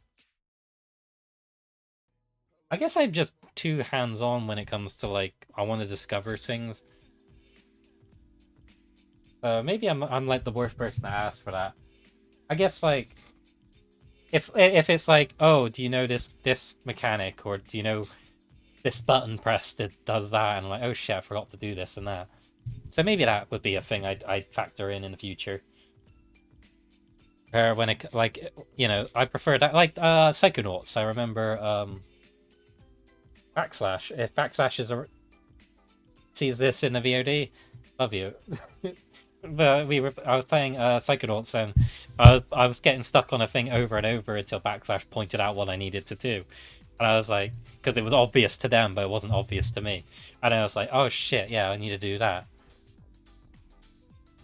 Sometimes a speedrunner shows up and shows you an Easter egg, like extra powerful gun in Spyro 3. Yeah, that stuff is actually kind of fun. That stuff I like. It's something, you know, that the player is definitely going to miss. It's definitely worth them giving them a little push on into discovering it, because their reaction to that would be worth it. Pizza Tower has a lot of that, to be honest. Yeah, next stream we can look at show 3 and 4. Don't worry, we'll get this over with now. My Hero Academia, I don't care. That thing's still going? There we go, moving on. Nah, I dropped off from that show and series hard. And a lot of people I know who really liked it didn't like it towards the end, so moving on from that. To Your Eternity, I hear, is very good. I think that's the creator of. My Hero needs to end. Vigilantes was good because it reset the power creep. I think for me, and this is a weird hot take, and I guess it goes against like shonens in general to some extent. Old shonens, not modern ones, but like I want to see people die. I don't mean that in like a fucked up, oh, it needs to be much more darker than that. But there's no weight to a lot of My Hero Academia in my brain because a lot of the characters pull through. And yeah, a lot of them are students, so it's like killing off a main character is a big deal. But in that series specifically, no one dies. And I can think of a more better example than Black Clover, a series that I watched the entirety of out of boredom, and I really liked it. It is not the greatest animated show ever. It was Studio Period, which did, Bleach and whatnot back then. And like, yeah, what was this? Yeah, in Black Clover, I like that show a lot. But holy shit, they brought everyone back from the dead. Everyone! I can't think of a character that didn't die that's somehow brought back to life. And even the characters that did die still came back in some form or another. That show has made me so angry. The later seasons, you get what you wanted in My Hero. That's what I kind of hear. My problem, I think, is more the story arcs.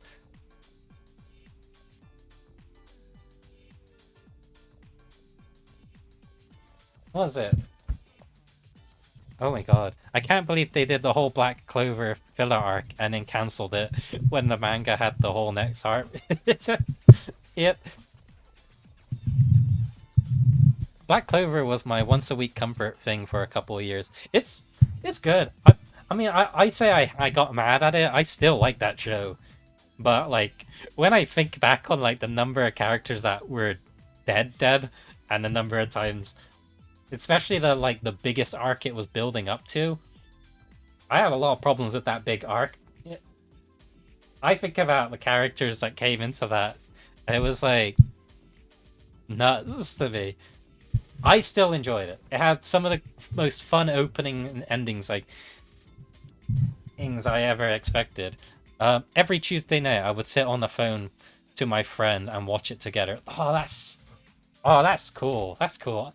I wish I had moments like that. I was a lonely anime fan growing up, and the people I knew in high school who were in anime, we found out years later from each other that we were into anime. We just kept it a secret because it wasn't cool at that time when we were kids.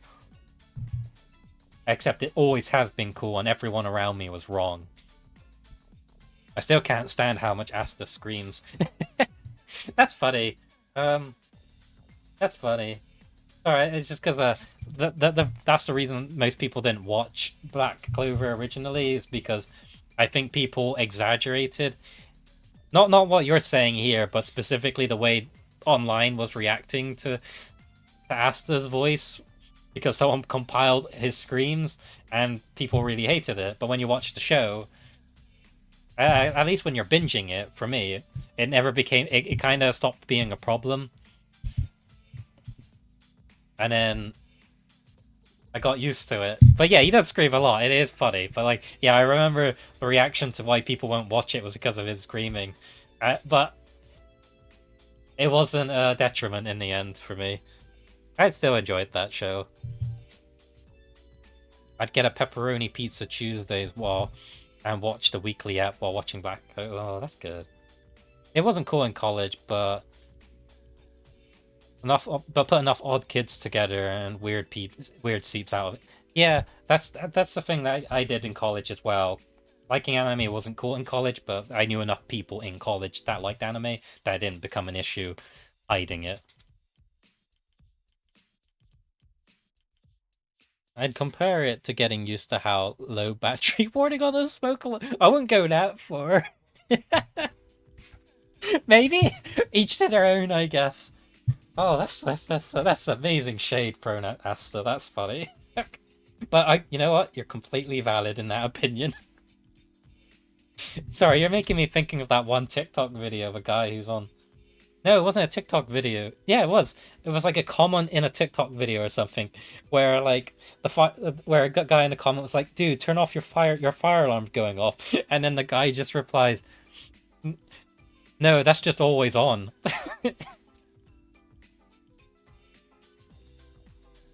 I mean, many shonens are just MC.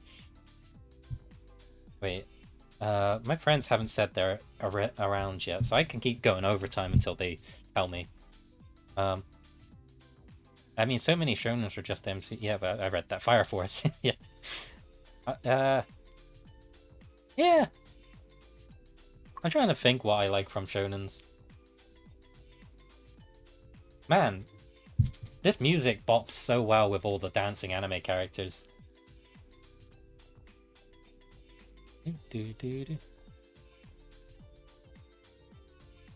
Hey, I still watch it. It's nice despite Asta being so, yeah, again, valid opinion. But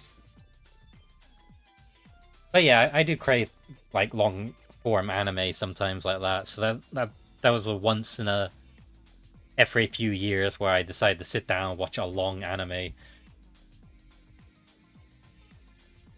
Shonen can't get high quality productions.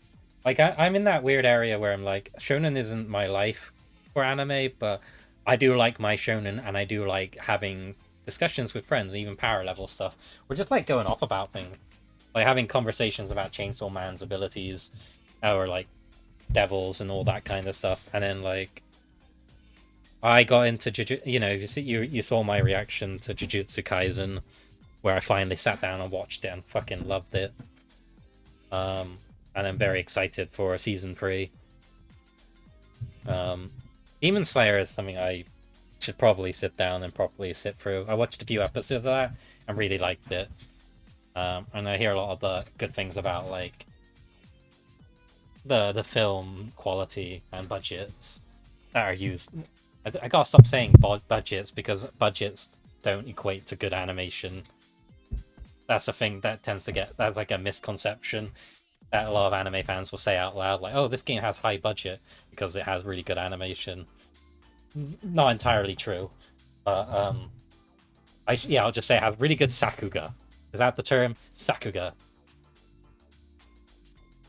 Because you can have some anime where the anime has a high budget, but it's probably used for marketing less than animation itself, or it's just popular in general. I mean, look at Chainsaw Man Season 1. If we're gonna go off, if I'm gonna throw shade at something, and I like Chainsaw Man, I should clarify that, but that's not exactly the highest quality anime I've ever watched, and I have a lot of friends who agree with that opinion.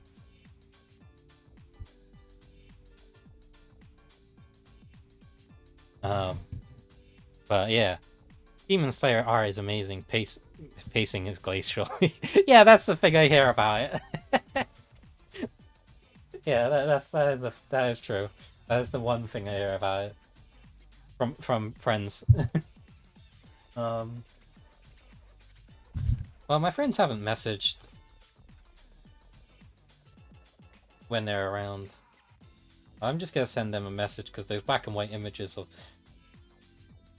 Oh wait, my friend sent me a picture of an anime character in black and white, and my other friend sent me a picture of Following, a film by Christopher Nolan, a black and white picture from the director of Memento and Insomnia. I don't even know what that is. 6 episodes and a whole arc/season 4 fight. I'd probably get a lot more out of Demon Slayer if I watched it as a binge kind of thing. That's the vibe. That's the type of show that it feels like. Yeah, they cut some corners for sure. Story makes up for it though. Yeah, obviously the Chainsaw Man. Yeah, the story is good. I'm excited for the film a lot because the film's whole thing is got a different director attached to it.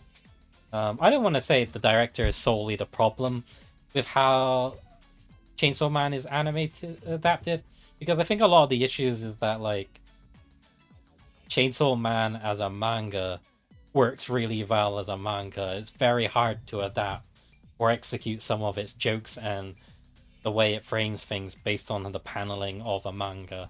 I mean, you could say that for anything, but Chainsaw Man is very notoriously like built, written, and drawn in that making full use of that particular medium in a way that when it's like put on the big screen, it's kind of a weird thing. Or a film to recap the first half of the season. Oh my god. They still do that? Oh my god. That's funny. Sorry, I'm thinking about how old animes used to do that. Like, I'm... I can think of like two films. One's like a weird Heaven's Lost Property. That was a like a fan service anime, but actually had a decent story. And that whole thing was like that had a movie, and most people hated the movie because one half of the movie was the anime being recapped, and the second half was the film. But the problem was, if I recall correctly, the show aired in 480p, and the movie wasn't in 480p. So the recap section of that movie, which was like 2/3 of the film, was in 480p stretched out. I think. This has been too long since I last saw that show, but I vaguely remember the quality of the anime wasn't as good as the film itself when it switched. I might be wrong about it airing in 480p though. That was in that like era where 720p anime was, where HD anime was starting to pop up more and more. Like how Komi Can't Communicate didn't lend to anime from manga. Ooh, yeah, that's a good example actually. I never watched that or read the manga.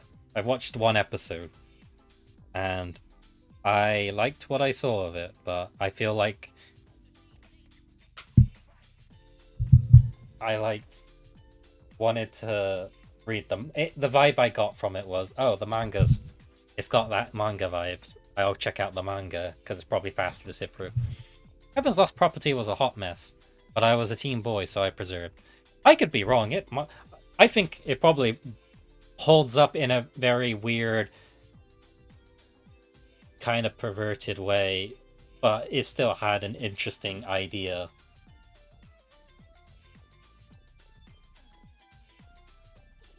The anime adaptation with Komi was okay, but it's hard to adapt an anime where the MC doesn't speak. That's true. That was the thing I was thinking about in regards to like earlier when thing was mentioning about Akabe's Sailor Uniform, where you read the manga. The manga and anime are like very different mediums. In a way, like the manga is so artistically drawn in a way that feels so standout, and that the anime knew that.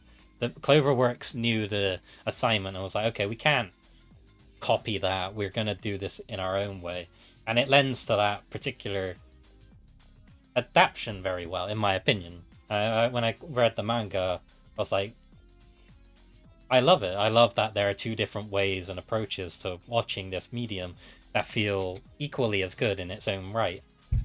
I can recommend either one, or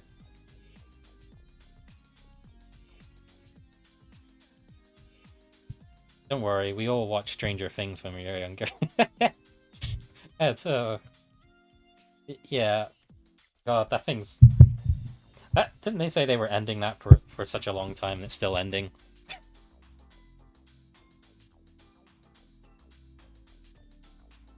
Apart from Ranking of Kings, Bocce doesn't speak, but still be.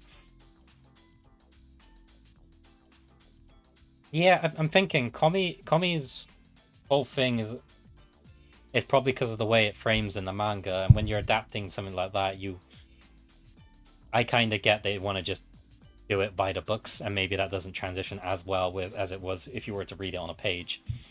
In regards to like ranking of kings, like the fact that Bocce doesn't talk is the whole is like one of the core things about that character that plays into a lot of the communication and his relationship with the little eye guy. I'm gonna call him that. It's been a while, but that was a very, very good anime. But that's a good example of like how you adapt that particular thing. Ain't that the truth? My friends haven't said anything yet. Let me just ask. I have no. Whom's about? Usually they say something. It's 8 o'clock. No one. Oh, okay. My friend is on there. It's my friend Mike. I can say Mike because he went on a pod when I was doing podcasts. He was on one of my episodes. We'll wrap up in 5 minutes. Did you ever watch Way Up the House Husband? I did not. I've heard. Is that the Yakuza guy? Is that the one? Because I do remember hearing people's mixed opinions of the way they adapted that. I don't know if that's like a negative or a positive.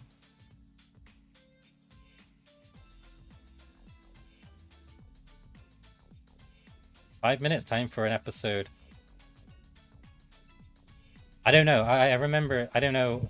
What's the consensus on the adaptation of that? I know the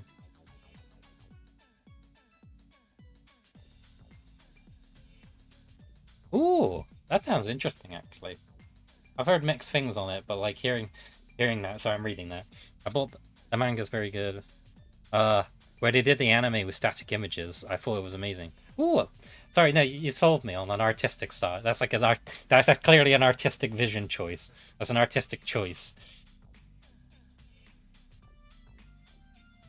But like, you got me curious. I will give that one a watch too.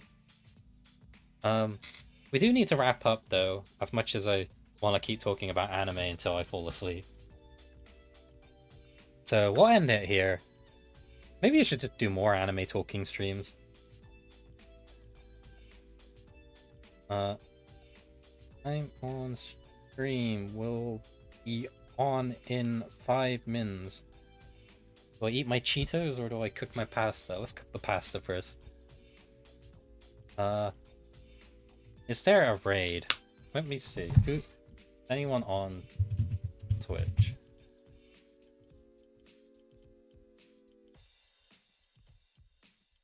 No, I need to log into Twitch. Oh my god, that's how long it's been. Oh no, and I need to log into my browser email. I have like an email for Theo because I don't want it conflating with my other stuff. Why is that not logged in? Microsoft, you piece of shit. I just want to see who is... What do you mean my password's incorrect?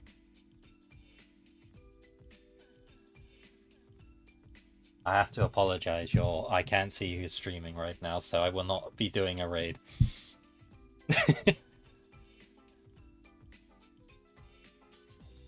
Wait, Max is online. Okay. Hex Demon Hunter, if you want a really cool one rack. Ooh, if Max is online, we'll do him, but I will make a note of